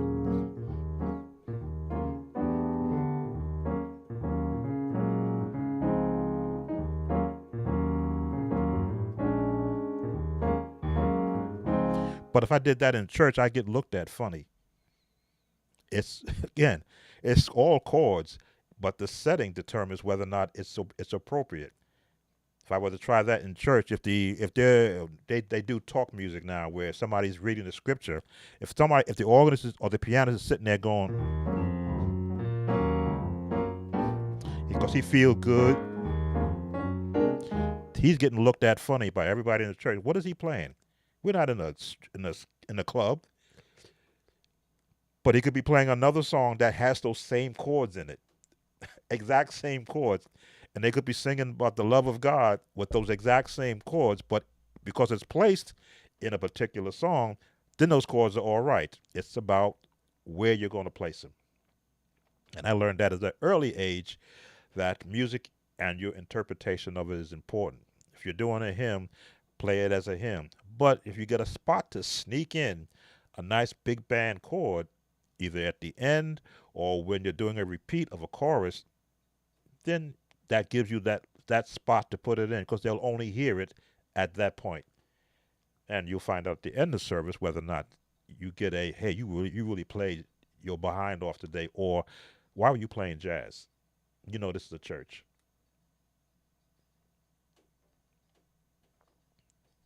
So yeah, it's good to know all of these chords. It's better to know when and where to place them in a particular song. Now, if you're doing the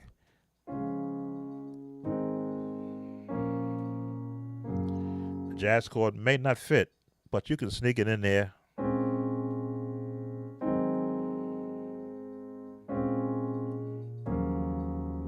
It may clash,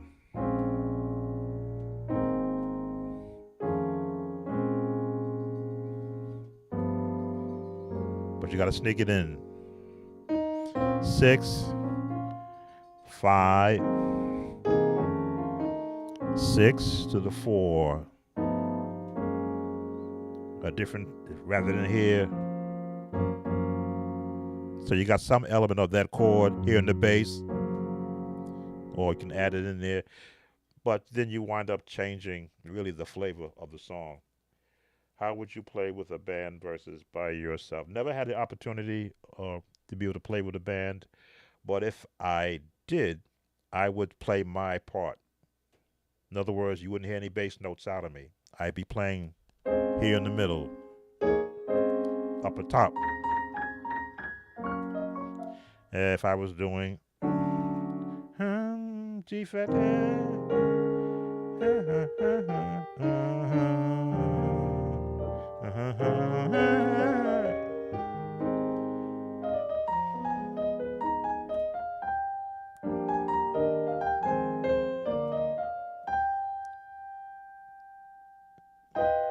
there it is.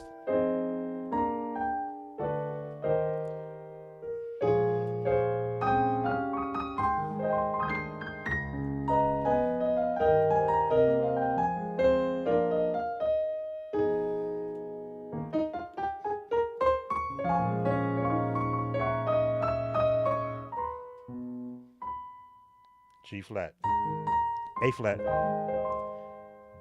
D7. I used to know this song.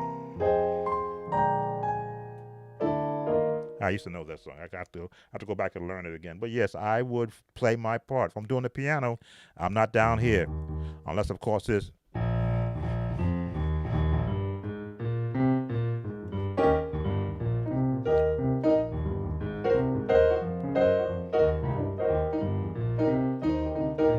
5, 4, 5, 1. If that's what it called for, then that's the only time you would find me doing the bass part in a band setting. But it's by myself, then I can pretty much go where the music takes me, be it a church or in a concert setting, or if I was asked to play for and I've done several of these in my past, pay for like a buffet or a convention where I was the pianist or the only music. If somebody's singing, then I'm playing accompaniment. But if I'm doing the music while they're eating, then I pick whatever song I want. Again, depending upon the setting. And it's all a part. One of my lights just went out. It's all a part of understanding the theory behind music. Scales is the theory. Chords is theory. Placement of chords, the names of the different chords, not just your root. Let me see, root, first inversion, second version. There's more than that. The minute you add another note, now you've got another section of chords you can go out to. And then how you fit the melody around the chord structure you want to build around it, and the bass note. For me, now for those who have been trained by much more learned musicians than I am, I learn from hearing what they're being trained. Like I'll go to YouTube now, and I'm taking jazz courses from other YouTubers like myself who are teaching straight jazz because I never got that, or I've played around it. I've dabbled in and out using the chords, but never taught straight jazz. All the da da da da da da da da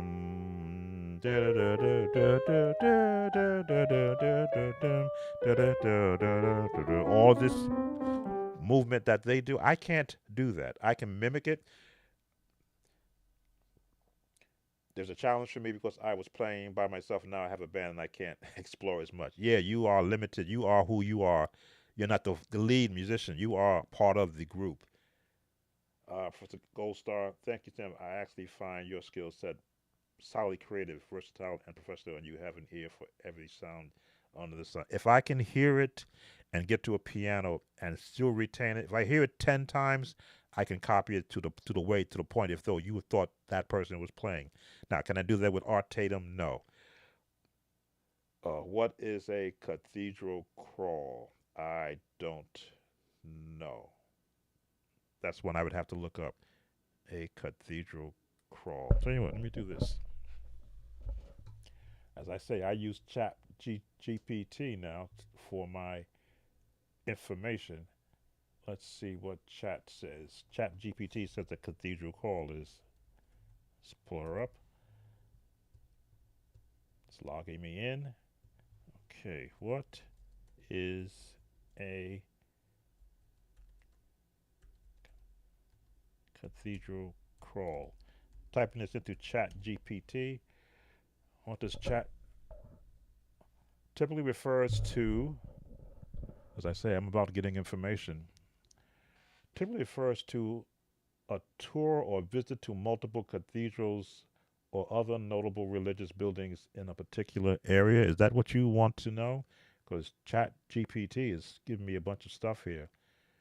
A cathedral crawl may be involved visiting a number of cathedrals over the course of a day or several days, exploring their architecture, history, and artwork. It is often done as a cultural or religious pilgrimage, but can also be done purely for enjoyment and education.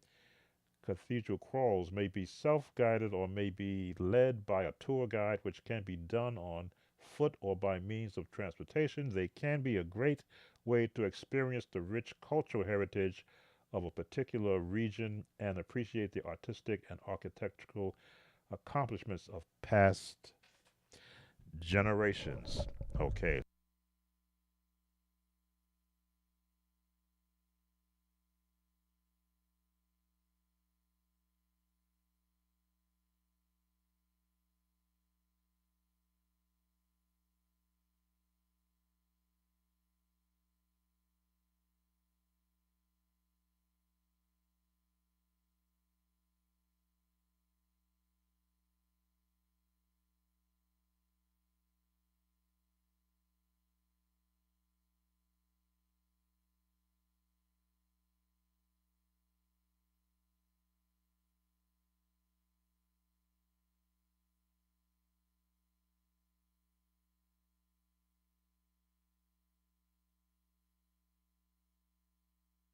Sorry about that. I turned my mic off by mistake.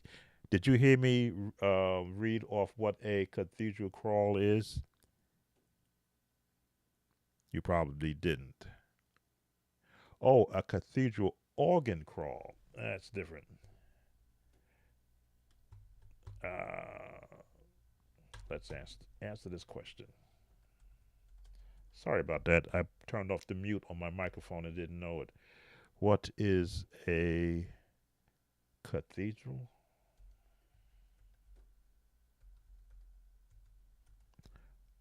organ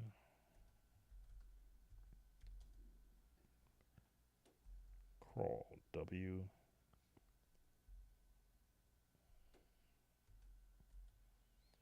And I'm asking this to Chat GPT. Okay, it's an event where participants visit and play organs in various cathedrals or churches. It usually involves visiting multiple locations to play and listen to the unique sounds of each organ. And it can be a social event for organists and music enthusiasts. This type of event often occurs in cities or regions with a rich history of organ music and is a way to celebrate the instrument's rich cultural heritage. All right. It's not music, it's an actual event where you bring a bunch of organists together to celebrate the sound of that area. Now, again, I'm a I'm an organist by trade. I play piano, but I'm an organist by heart. I've raised myself on a Hammond B3, so I am very comfortable, as they say, going to town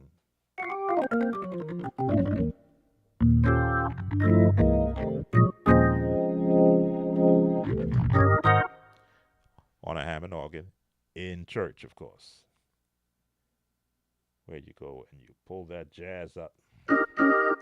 No, where is it? There's one there that gives me my. Where are you? Drawbar control.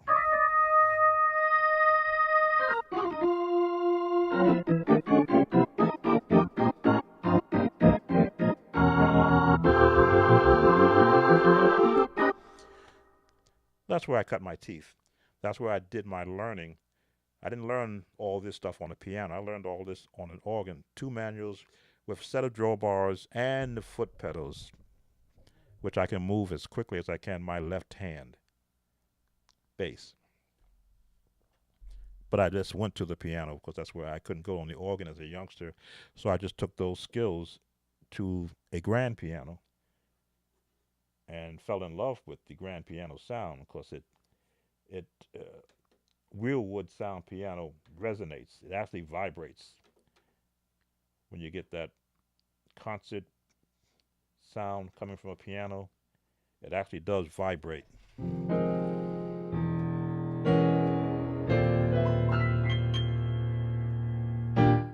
That sound. Okay, I've been here now going on. It should be 2 hours. And what time is it? No, it's still early. I've been up since 7, but I try to do as much as I can in a full day so that when I go to bed, I can look back and go, did I miss anything? Did I miss an opportunity, especially to share music? I'm more in tune with trying to get the theory out faster and not just do a lot of chords. I used to do a lot of in my early YouTube days. I would just play songs as I felt to play them. If it was a spiritual, I would play it like a spiritual the first time in. Then the second time, I start adding the chords to sort of build the music out. We're not really talking about what I was doing, why that chord was necessary in that part of the song. So at this stage of my YouTube content creation uh, life, as the YouTube is asking us to do more videos that are of longer to content, I said I've got to give uh, better references other than, hey, play this chord in this song and doesn't that sound great? No, here's this chord, here's the structure of this chord built upon this scale, major scale, or built upon a minor scale, or built upon a diminished scale. I have to go back and get the book on the diminished scales, but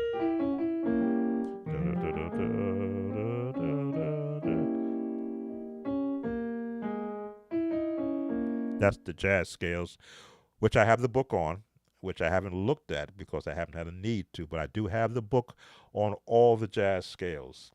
Like I got a couple of books. One really breaks it down as an actual reference for knowing where they are and the whole circle of stuff. So I have information. I put it like that. So if I'm asked about a jazz scale, I go, well, let me open up the book and see what it says. Because I may use a piece of it and then switch off to this scale and switch off to this scale and then end here. When I could have ended here, I'll end here. Or I'll end here on the E flat because I like the way that sound is.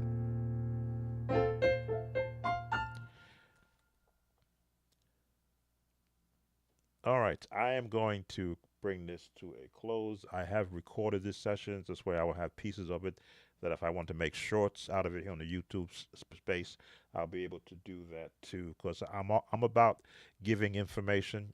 So when you have questions, post them in the comments and I will do my research through Chat GPT. I don't even go to Google anymore because Chat GPT gives me a whole write-up of what I can actually say so I don't sound like I'm an idiot. But speaking to the theory behind it in what they call book form, as summarize. That's the word I want to use. I can be able to summarize it. Thank you all for coming. I'm going to see who I want to thank. I've had quite a few in here. Click away, thank you. I think who's sending me an email? Click away. Yes, you're sending me an email for my reference book. Marcus, thank you for coming. Just looking at see everyone that was here. Want to acknowledge. It's always good to have company come in when I'm here. Gold Star and Sister Yvette Lee, who just came in late. Thank you for spending some time with me. Hopefully one day I'll be able to have 1,000 musicians in here. Oh, thank you. I just threw those chords together. If I was playing it for a song in a church, you wouldn't hear half of those chords because I would be supporting singers. But if I was doing it as a solo, then I have a license to go and use any chord I want. Those are the rules that I govern my playing by. I don't need to sound wonderful. I just need to be correct. And when you are correct, you will know when to pull wonderful out. There are some musicians that'll learn 3 new chords, and every song they play, those 3 new chords, they force them in so they can sound wonderful. And that's not really what music is all about. You're not playing, and this may sound contrary to what some people may think, but the God Most High, you're not playing for him. He knows what you sound like already. We don't. So for those musicians who get into I'm playing so that I can get God off his throne to come into the room and occupy this place. God don't care what you sound like. Please. But whoever's in front of you who can actually hear what you're playing, you should be worried about them. So if there's an older person in the congregation, if your congregation is 60-40, where 60% of them are middle-aged, my age, in our 60s, play us a song that we like to hear correctly so that we can go home happy too. And then you can give the other 40% to all you young people that just want to jump. That's my diatribe. I've always looked to the audience to see what songs I'm going to play. Even when I was a musician for a United Methodist Church, I knew they weren't gospel. So I went for songs that were early gospel, and I fed them those songs so I can move up to a gospel song. I got them to, I don't know who the writer was, but it is the Lord is the Lord is the strength of my life. Gives me strength every day to go on. I got them up to that level where I had them doing jazz. When I'm weak, that's when the Lord makes me strong. When I'm sick, that's when the Lord gives me strength to go on. When I'm sad, that's when the Lord gives me a song. The Lord is the strength of my life. Gives me strength every day to go on. The Lord is the strength of my life. Tell me, why should I fear? The Lord is the strength of my life. Tell me, why should I be afraid? My strength, my strength, my strength, my strength. The Lord is the strength of my life. Gives me strength every day to go on. Oh yeah, I had them bouncing in a Methodist church.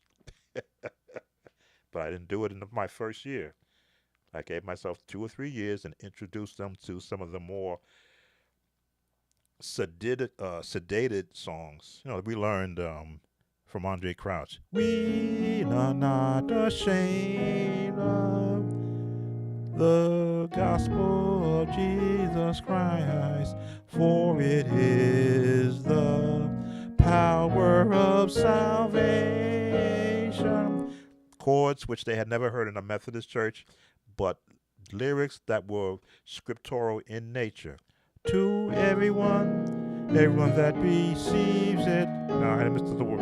To everyone that receives it, they shall have everlasting light. Bum, bum, bum, bum, bum, bum, bum, bum, bum. There it is, God's word. Yes, I took them to different genres of church in the Methodist Church to introduce them to music they have never heard, but I didn't go crazy with it. Oh, when we got to Every Praise, when I taught Every Praise to the women's choir in the Methodist Church, the guest speaker wouldn't let the song go. Before she could even speak, she started singing Every Praise again. I'm like, okay, I only did it for offertory. It was not supposed to be the main number, but they would not let that song go. And I had an actual drum machine playing that heavy beat in the back that you need with that song. So I said, okay, if y'all want to keep singing it, and everybody in the church is standing up singing Every Praise, I'm like, okay. And it seems like every Sunday they wanted to sing that, and I had to get them off that song to get to something else. But that's the power of music. You've got to look at how is it affecting somebody else. Learn it correctly, number one, before you begin reharming it, reharmonizing. I want to say reharmonizing it, and then try it out and see wherever that you are, does it have that same effect? I can remember United Methodist Church. I took the choir. The choir has went to a choir concert at a Baptist church. Now they would go every year, and this was my first year going with them. So I said, okay, so what song should I take this choir to a Baptist church? Because I got them singing these other songs. So I taught them. Um, it's in G. Oh, I want to praise him. I want to praise him. I want to praise. I love to praise him. So we went there. But I love to praise him. Do you know that Baptist church shouted for the first time ever after we finished singing? 'Cause again, I was on a Hammond B3 too, so I got a chance to let the Hammond B3 go. I love to praise his holy name. I threw my chords in my there. He's my rock, my sword, my shield. He's my will in the middle of the. I gave them. I know him. He's just a jewel that. Oh yes, I gave them that. I went because again, it's a concert setting. It's not a church service in a sense. It's where a choir gets a chance to show what they can do, and then we repeat.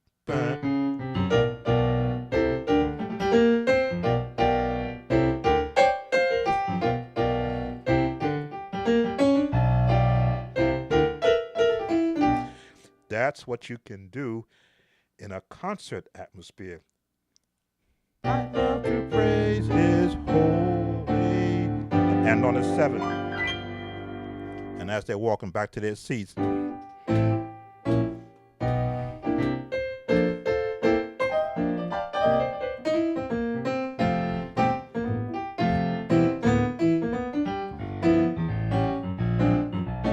Yeah, I went straight jazz on I Love to Praise Him because we're not in the Methodist church. We're in a Baptist church on a choir concert, and they started to shout after that. And someone came to me, we ain't never seen our folks shout ever in this church. I'm like, okay, picked the right song, and I used the right choir because it was unexpected that a Methodist church choir who sings by sheet music can shout a Baptist church.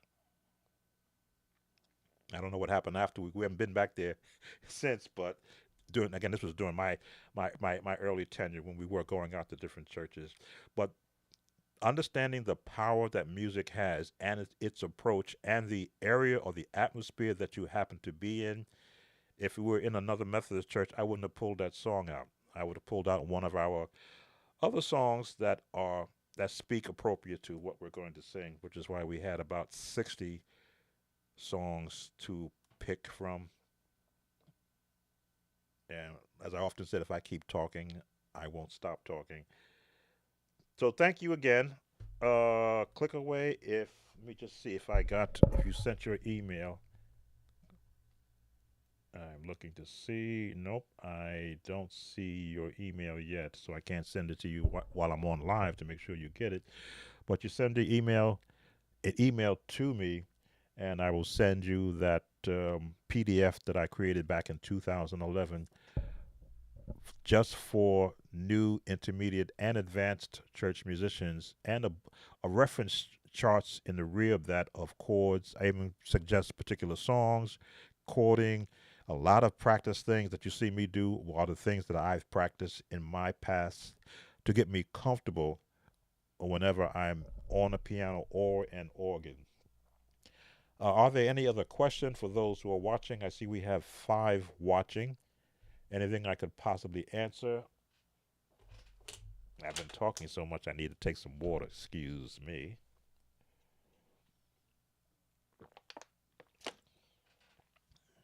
I dropped the top somewhere. Where'd it go? I'll just set it over here so I don't spill it. Any questions that I could possibly answer? Or me and my assistant, Chat GPT, can answer.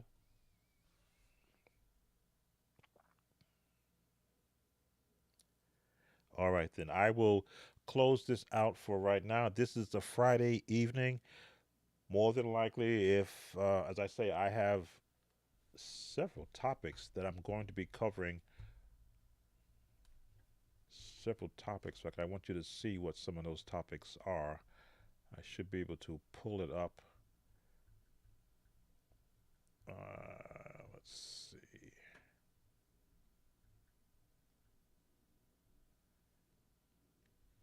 What some of those discussions are. Let's see if I can pull it up on my page. There we go. And I'm hearing an echo. Let me take care of that echo. Turn you off. There, echo should be gone. So if you're looking at this, these are the topics that are coming up. Let me just make it larger so that you can see it.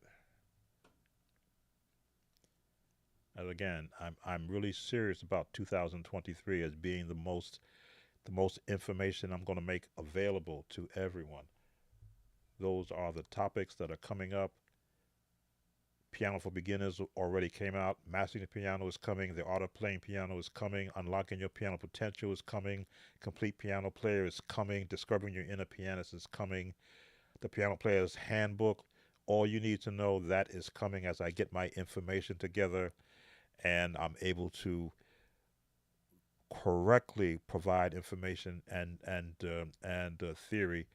Um, One of them I already used, the Power of Piano, Unlocking Your Musical Potential. That one I already covered because that was a one that I really wanted to get out there. And then these are the other topics for playing the piano. Piano lessons for beginners, how to read sheet music. That's coming. Basic piano fingering exercises and warm ups. I've touched on that a lot, but I'm going to do a complete session on that. Playing chords and chord progressions on the piano. You see me do that all the time, but as I say, you need to understand how to place them and when to place them. Learning popular songs on the piano. I'm not sure about that one. Piano theory and music composition. I'll be covering that. Tips for improving piano technique. How to play scales and arpeggios on the piano. That is paramount to why I do the scale on every video that I do, so that you will understand that's that's like learning how to walk, playing the scales. Playing by ear and improvising on the piano. When I do all this, that's improv. That's making it up as I go. And lastly, advanced piano techniques and repertoire for my advanced musicians.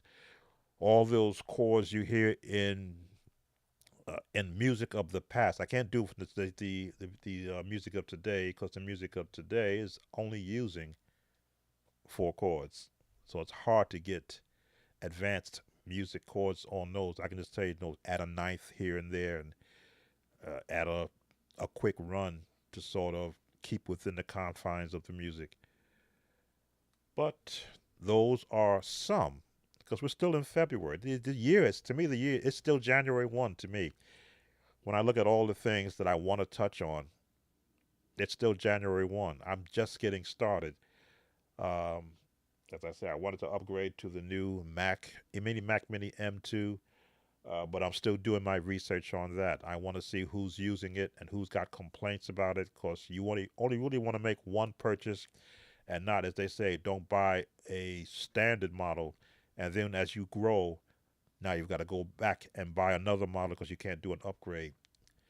But in order to do an upgrade, as the scriptures say, Solomon said, was it Solomon? Yeah, Solomon said in the Ecclesiastes, money answereth all things.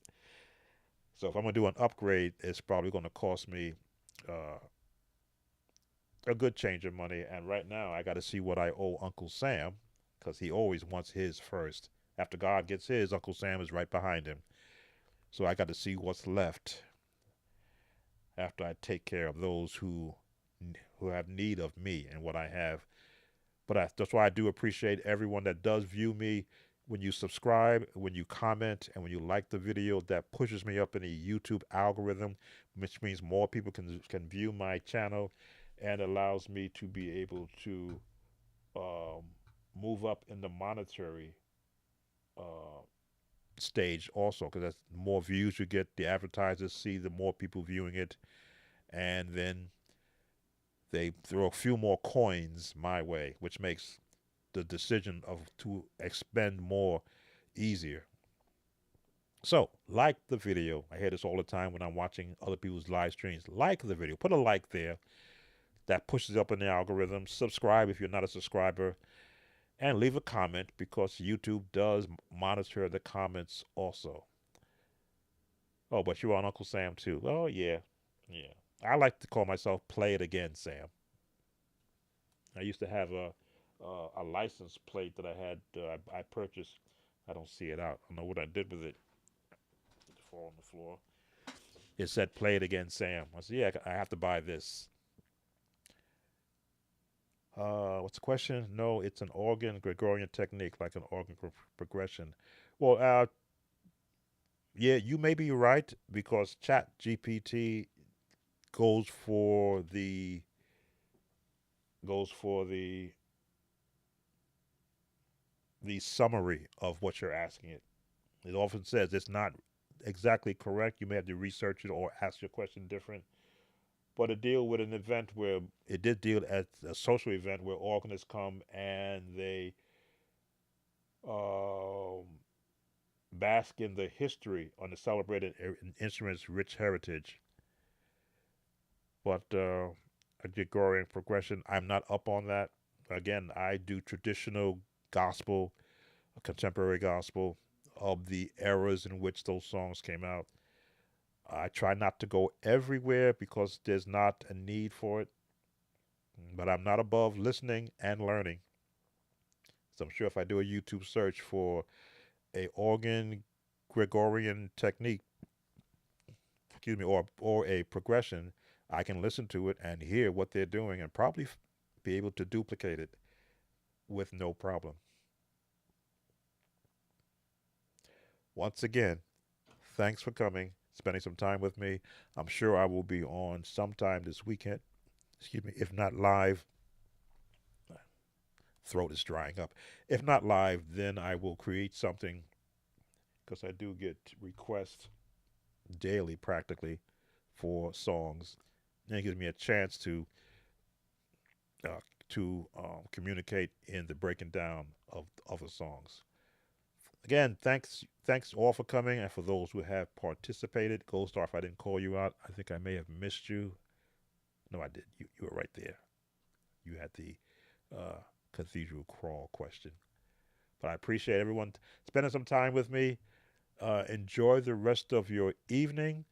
If anything, I'm gonna get my parched throat taken care of, and perhaps yeah, I think I'll get me a nice grapefruit. That'll be good for me. Take care, everyone. Be blessed. Oh, did you get a chance to look at the second verse of "Daily Should I Worship Thee"? Hey, Demo. No, I didn't. After I did the video, usually after I do a a viewer request video, I never go back to it because there's always another one that's coming up. And often what I say is I give 75 to 80% of the song. So that's something that the viewer can go back if he's got the bass chords and some of the tones from the viewer request video, they should have no problem picking up what comes with it. I try not to do an exact breakdown of a song because that turns into a personal request, and a personal request generally comes with a dollar sign behind it. When it's a viewer request, then I can give you the basics of the song. Some I may go a little bit deeper into because the chords are nice to add to someone's repertoire. But I give enough to where you get the key, you get an intro, the bass chords that they're singing through. If there was a second verse, the version that I looked at didn't have a second verse. The version I looked at was a church choir singing it in a church setting. I think the one you were mentioning had Kim Burrell singing it, so I didn't look at. That's not the one I picked because there was no. Usually, most people that ask for a viewer request, they give me the title of the song and even not if not the YouTube link, the name associated with the song. When I saw all the different versions, I said, "Well, I'm just going to take the first one, church setting, and I'll just go with that one." Everybody, all the singers will take their twist on a song. Just as a musician, you can learn a song and then put your twist to it. Somebody sitting in the audience who knows the song go, but that wasn't in the song. Well, no, it wasn't, but that's what I added. That's a musician's prerogative to add in to a song what they feel that can enhance it when they're playing it. I think that's why you need to be able to hear everybody's interpretation of a song so that you know what works for you, what you can add, what you didn't add. I'm sure if I were to go back and listen to that version that has the second verse, I'll hear chords that are relative to the Kimberell sound. Yeah, the clip I used wasn't a minute and 30. It was the entire song, and all I heard was the song being repeated. I said, okay, this must be what they want because they just keep repeating the same praise in that song. Let me see, it's a D flat.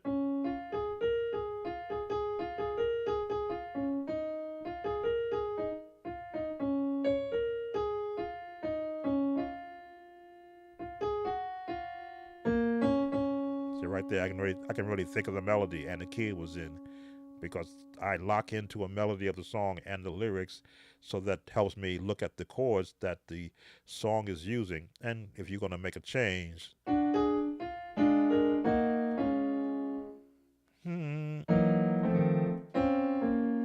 diminish B over B bass over a D flat, E flat minor.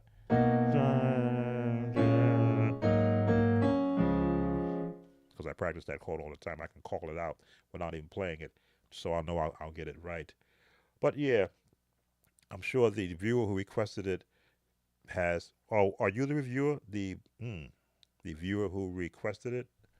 I need to look at my, because I do keep track of every request.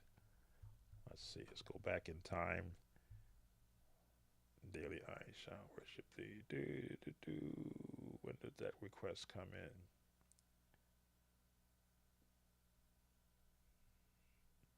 I didn't copy that one.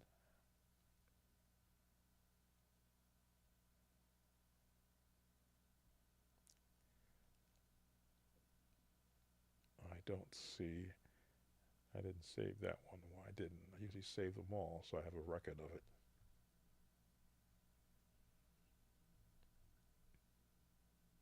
Oh, there it is. No, that's not it. That's I Need Thee. That's Buddy Burnett. I'll tell you what. Gold Star. Let me pull up a Gregorian crawl so that I may hear what I've missed. Gregorian chromatic scale progression. Well, let's call it Cathedral Crawl. Let's see. Is it there? Again, I am not beyond being trained.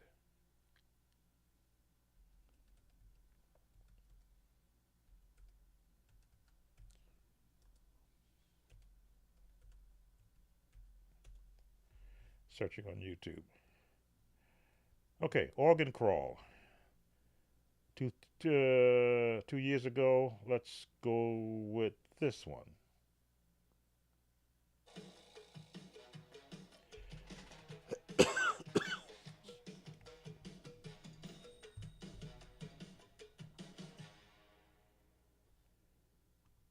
Let's bring our sound around. Go faster on more devices with Optimum. Get 1 gig fiber internet for as low as $65 a month with no annual contract. Let's turn down the ad.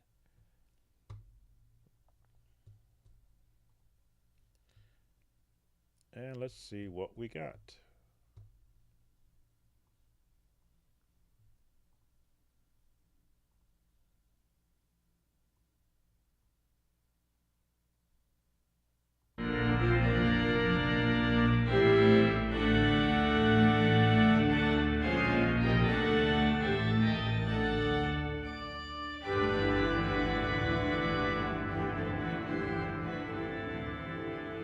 Welcome to La Casa de Cristo.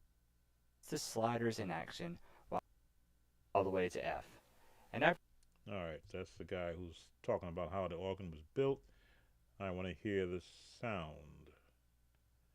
Do, do, do, do, do, do. Virtual organ crawl, St. John's Cathedral.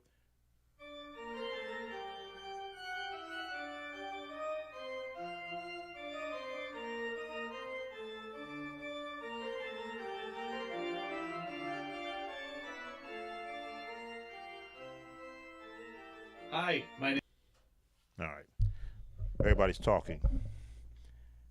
Let's see what I picked up just from that much.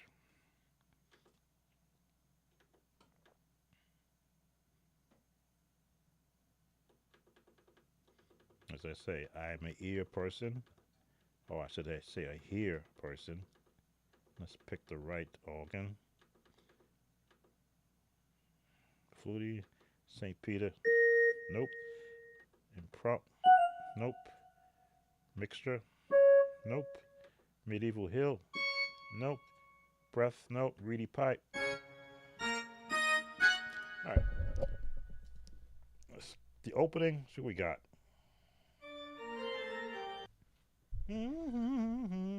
That's my key.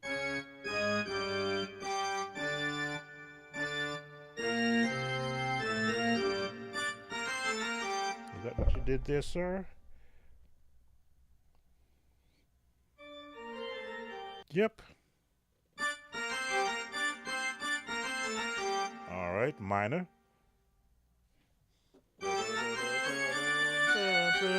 He's in the minor scale.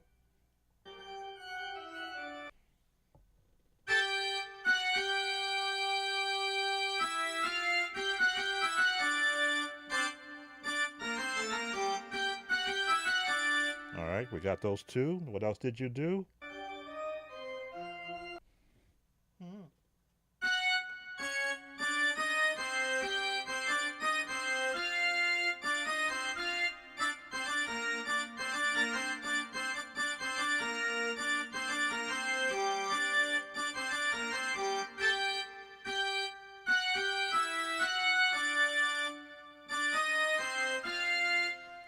Probably messed up on the first one.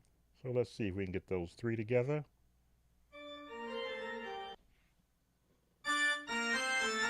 Okay.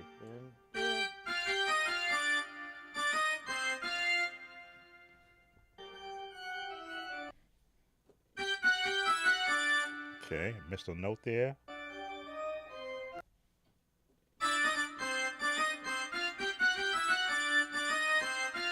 This is why scales are so important. And he's back to Alrighty. Chord. Oh, he's got chords now.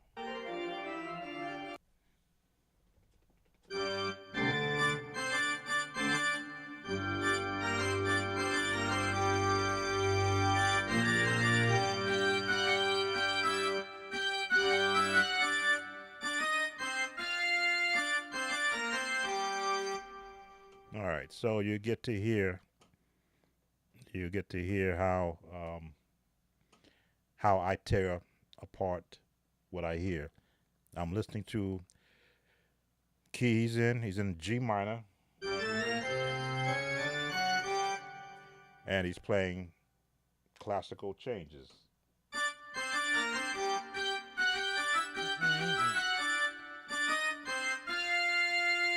Switching to an 8 flat to a B flat run.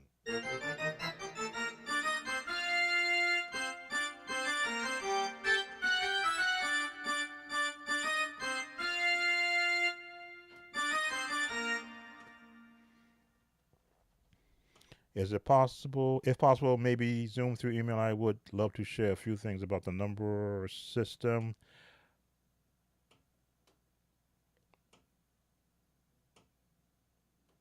Um, yes, I'll take any information that you would have.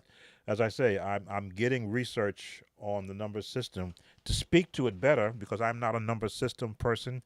Will it convert me to the number system? No, but I'll be able to speak to it to those who may be listening to me, who are entrenched in the number system. If anything, I'd love to get them out of it. As you can see, I'm learning a song that has nothing to do with the number system. It's all about hearing, number one, and then interpreting the actual placement of the notes in a scale. That's not number system.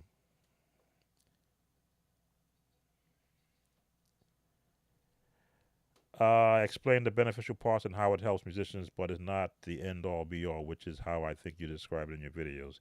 Well, it helps musicians who come together to quickly be able to play together if they hadn't rehearsed together. There's a terminology that they use, and I covered it in that video about the Nashville system. Because I already knew that it was about helping musicians to be able to play together. I don't mind revisiting that. There we go.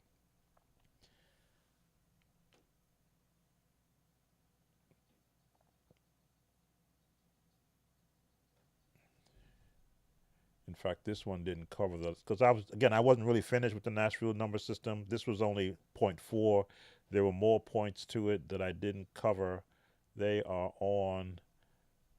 Where's the page now? Come on. There we go. They are on here. The Nashville number system is widely used in gospel music as well as other genres of popular music such as country, rock. It provides a quick and easy way for musicians to communicate and play songs in different keys, and it is an essential tool for arranging, recording, and performing music. I did not get to that part in my session because I was going to come back and include the rest of this. I even cover the transpose button. Yes, I'm going to talk about the transpose button. What's good about it and what's not good about it.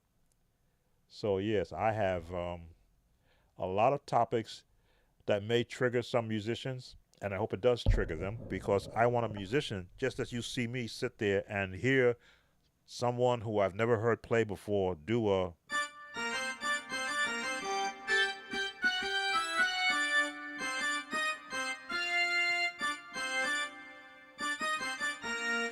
I want them to be able to have the tools that if they want to learn any particular style of song, they can just, from the understanding of scales, not just major, but minor, harmonic minor, and some jazz scales, be able to pick out a song and not have to come to me.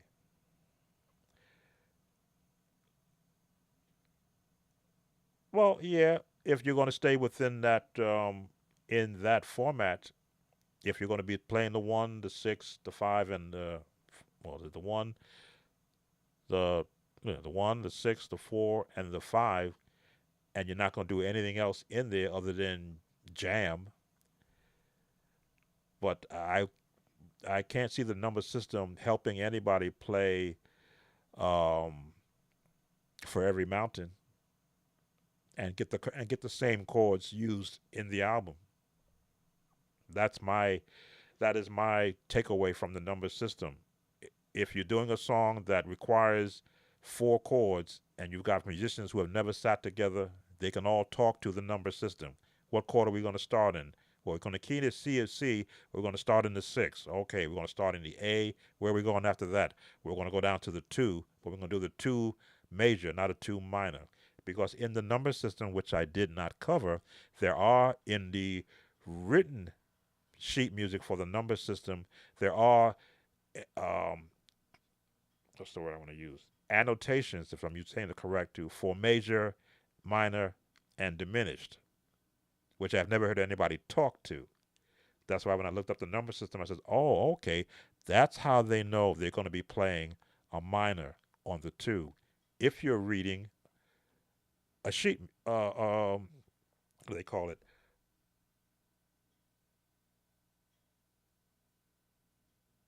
Yeah, if you have a written out a writ of what the number systems are, they do have a way to annotate major and minor, which I never knew that. But again, research always helps you to learn what you don't know. But yes, I've never heard anybody else talk to the point that you can do major and minors if it's written out. And I think for the most part in the church setting, nobody's reading a sheet. If you're in a studio setting, yes. If you're in a church, no. So to get real deep into it, I'm not going to get real deep into it. There are other sites for them to get real deep. So your information would be good for me for a reference, but I wouldn't go deep into it. But in a church setting, they just want to know where the bass is going to be. And everybody else is going to be playing around where the bass is going to be. That's what I've been able to observe when I hear musicians in a church setting playing. No one has got any sheets in front of them, but they've practiced and they know that, hey, we're going to be in this key, we're going to be in this note, play this note here, and we're going to be doing that for the bass player. So I do appreciate reference information. I'll take everything so that I can have a reference in case it does come up. So if you look at in the chat before I shut it down, my email address is in there, or you may even have my email address. Also, you could send me that PDF file, and I'll include that in my references that I am building. I'm slowly building up references to everything that I'm going to be covering, so that I'm just not. Yes, that's part of what I read when you're in the major and you're in the minor, but they're not. That's from what I can see and what I'll be able to observe. I don't know what happens in rehearsals in a church musician setting. They're not teaching that. Every time I hear the number system being talking to, they're saying if you're in the seven, if you're in the six chord, six, we're going to be playing this chord. Oh, get that organ out of there. We're going to be playing this chord in the six. And I'm like, well, how do they know what the name of that chord is? You say they're in the six, but play this tritone in the six. And I'm like, but how do they know the name of the tritone? Because you never say the name. You just say, oh, this is what it sounds like in the six. And I'm like, okay, okay. I missed something. I was late to class that day, or I took off and I didn't catch up. But I'm just, again, covering it from a theory standpoint, 101, not theory 506, theory 101. Chord, number, chord, number, chord, number, chord. Every now and then it could be a major and not a minor. Then the sixth chord could be a major and not a minor chord. It depends upon the songwriter or how you're feeling that day when you're playing it. The one could be a major, the one could be a minor. Who's to tell you that? On sheet music, it would say, it would have an indication. In the one, we're going to be minor, not major. In the one, we may do a sus chord. I believe this is what this is. But you would only know that if you had the music in front of you. And if a lot of musicians don't read the natural sheet music where they could see that chord in there, they'll assume it's a major and sort of throw off what's that. And that's the only thing that I would talk to when you're using the number system to learn a song. Learn the scales and the bass songs and the chord first, and then apply the number system to that. Again, I don't fight musicians, but I do believe in giving out the correct information, not how I feel. I may feel, well, you should always play this chord in the one. Well, why? Well, because it sounds good. But if that's the chord, why would I want that seventh sound in the chord? Well, I like the way that sounds. You may like the way that sounds, but to the song, it may clash. No, no, play this chord in the one. Why? Why are you playing that chord in the one? Because when I listen to the song, that chord is not there. I'm, I'm sort of not giving you. If you're in the one, that's the one. The song has this, but in rehearsal, they're playing this. Why? Oh, because we want to go here. We want to jam. But the song may be this. That may be the song, but the musicians want to do this chord. Why? Because they just learned that chord today, and when we go to the four, they want to do this. Why? Because they want that tension. And they start going crazy. Musicians do that, especially church musicians. I call them undisciplined because they won't listen to rules. They won't adhere, I should say, don't listen. They won't adhere to rules. Every new chord has to fit, and every new chord don't have to fit. Every new chord should fit where you got it from. If you got it from a jazz song, it fits in a jazz song. You can maybe apply a touch of it in the song you're doing now, but it can't be the dominant chord.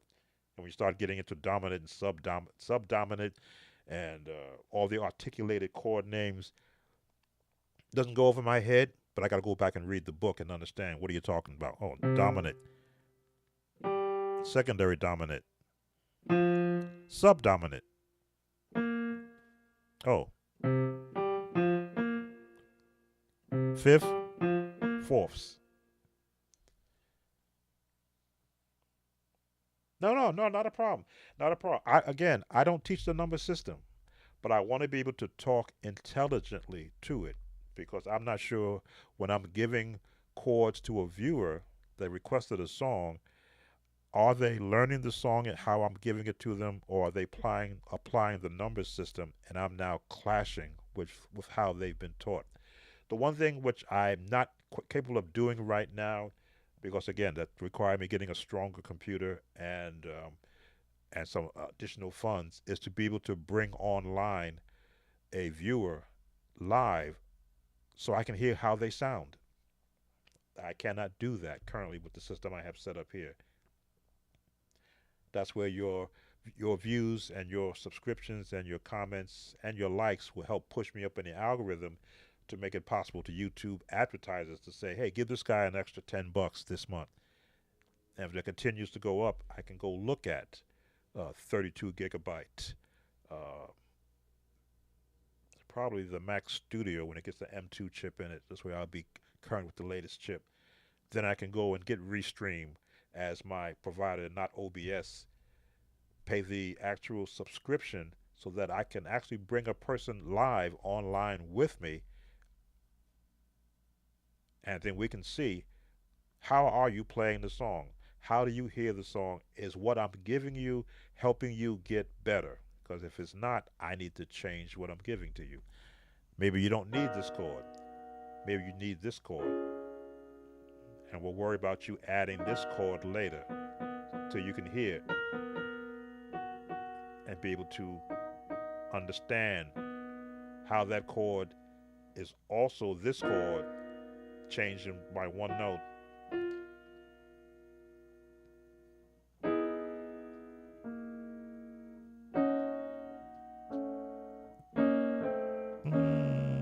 There it.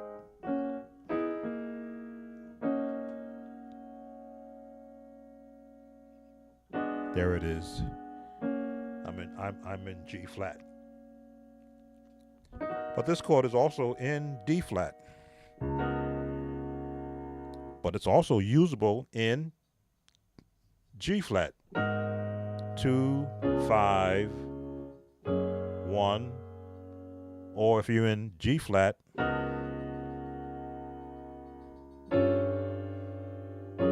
you can go that way also.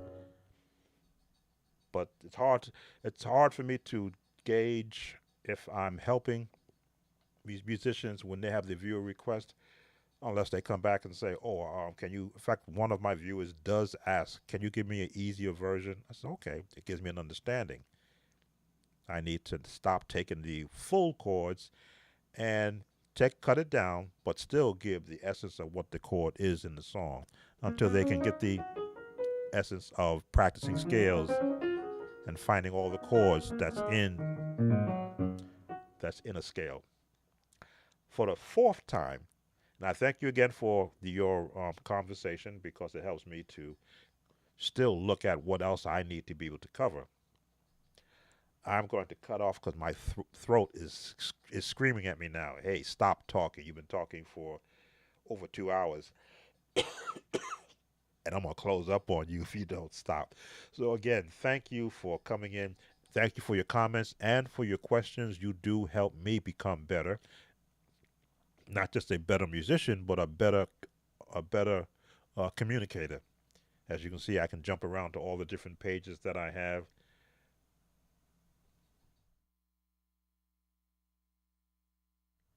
That page is dark.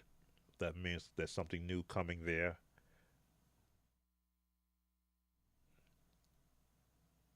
This page I think I used I used that page for today's lesson. The lessons I have lesson pages. I have pages, of course, for what I call my actual studio setup. And then when I'm bringing you into my abode, where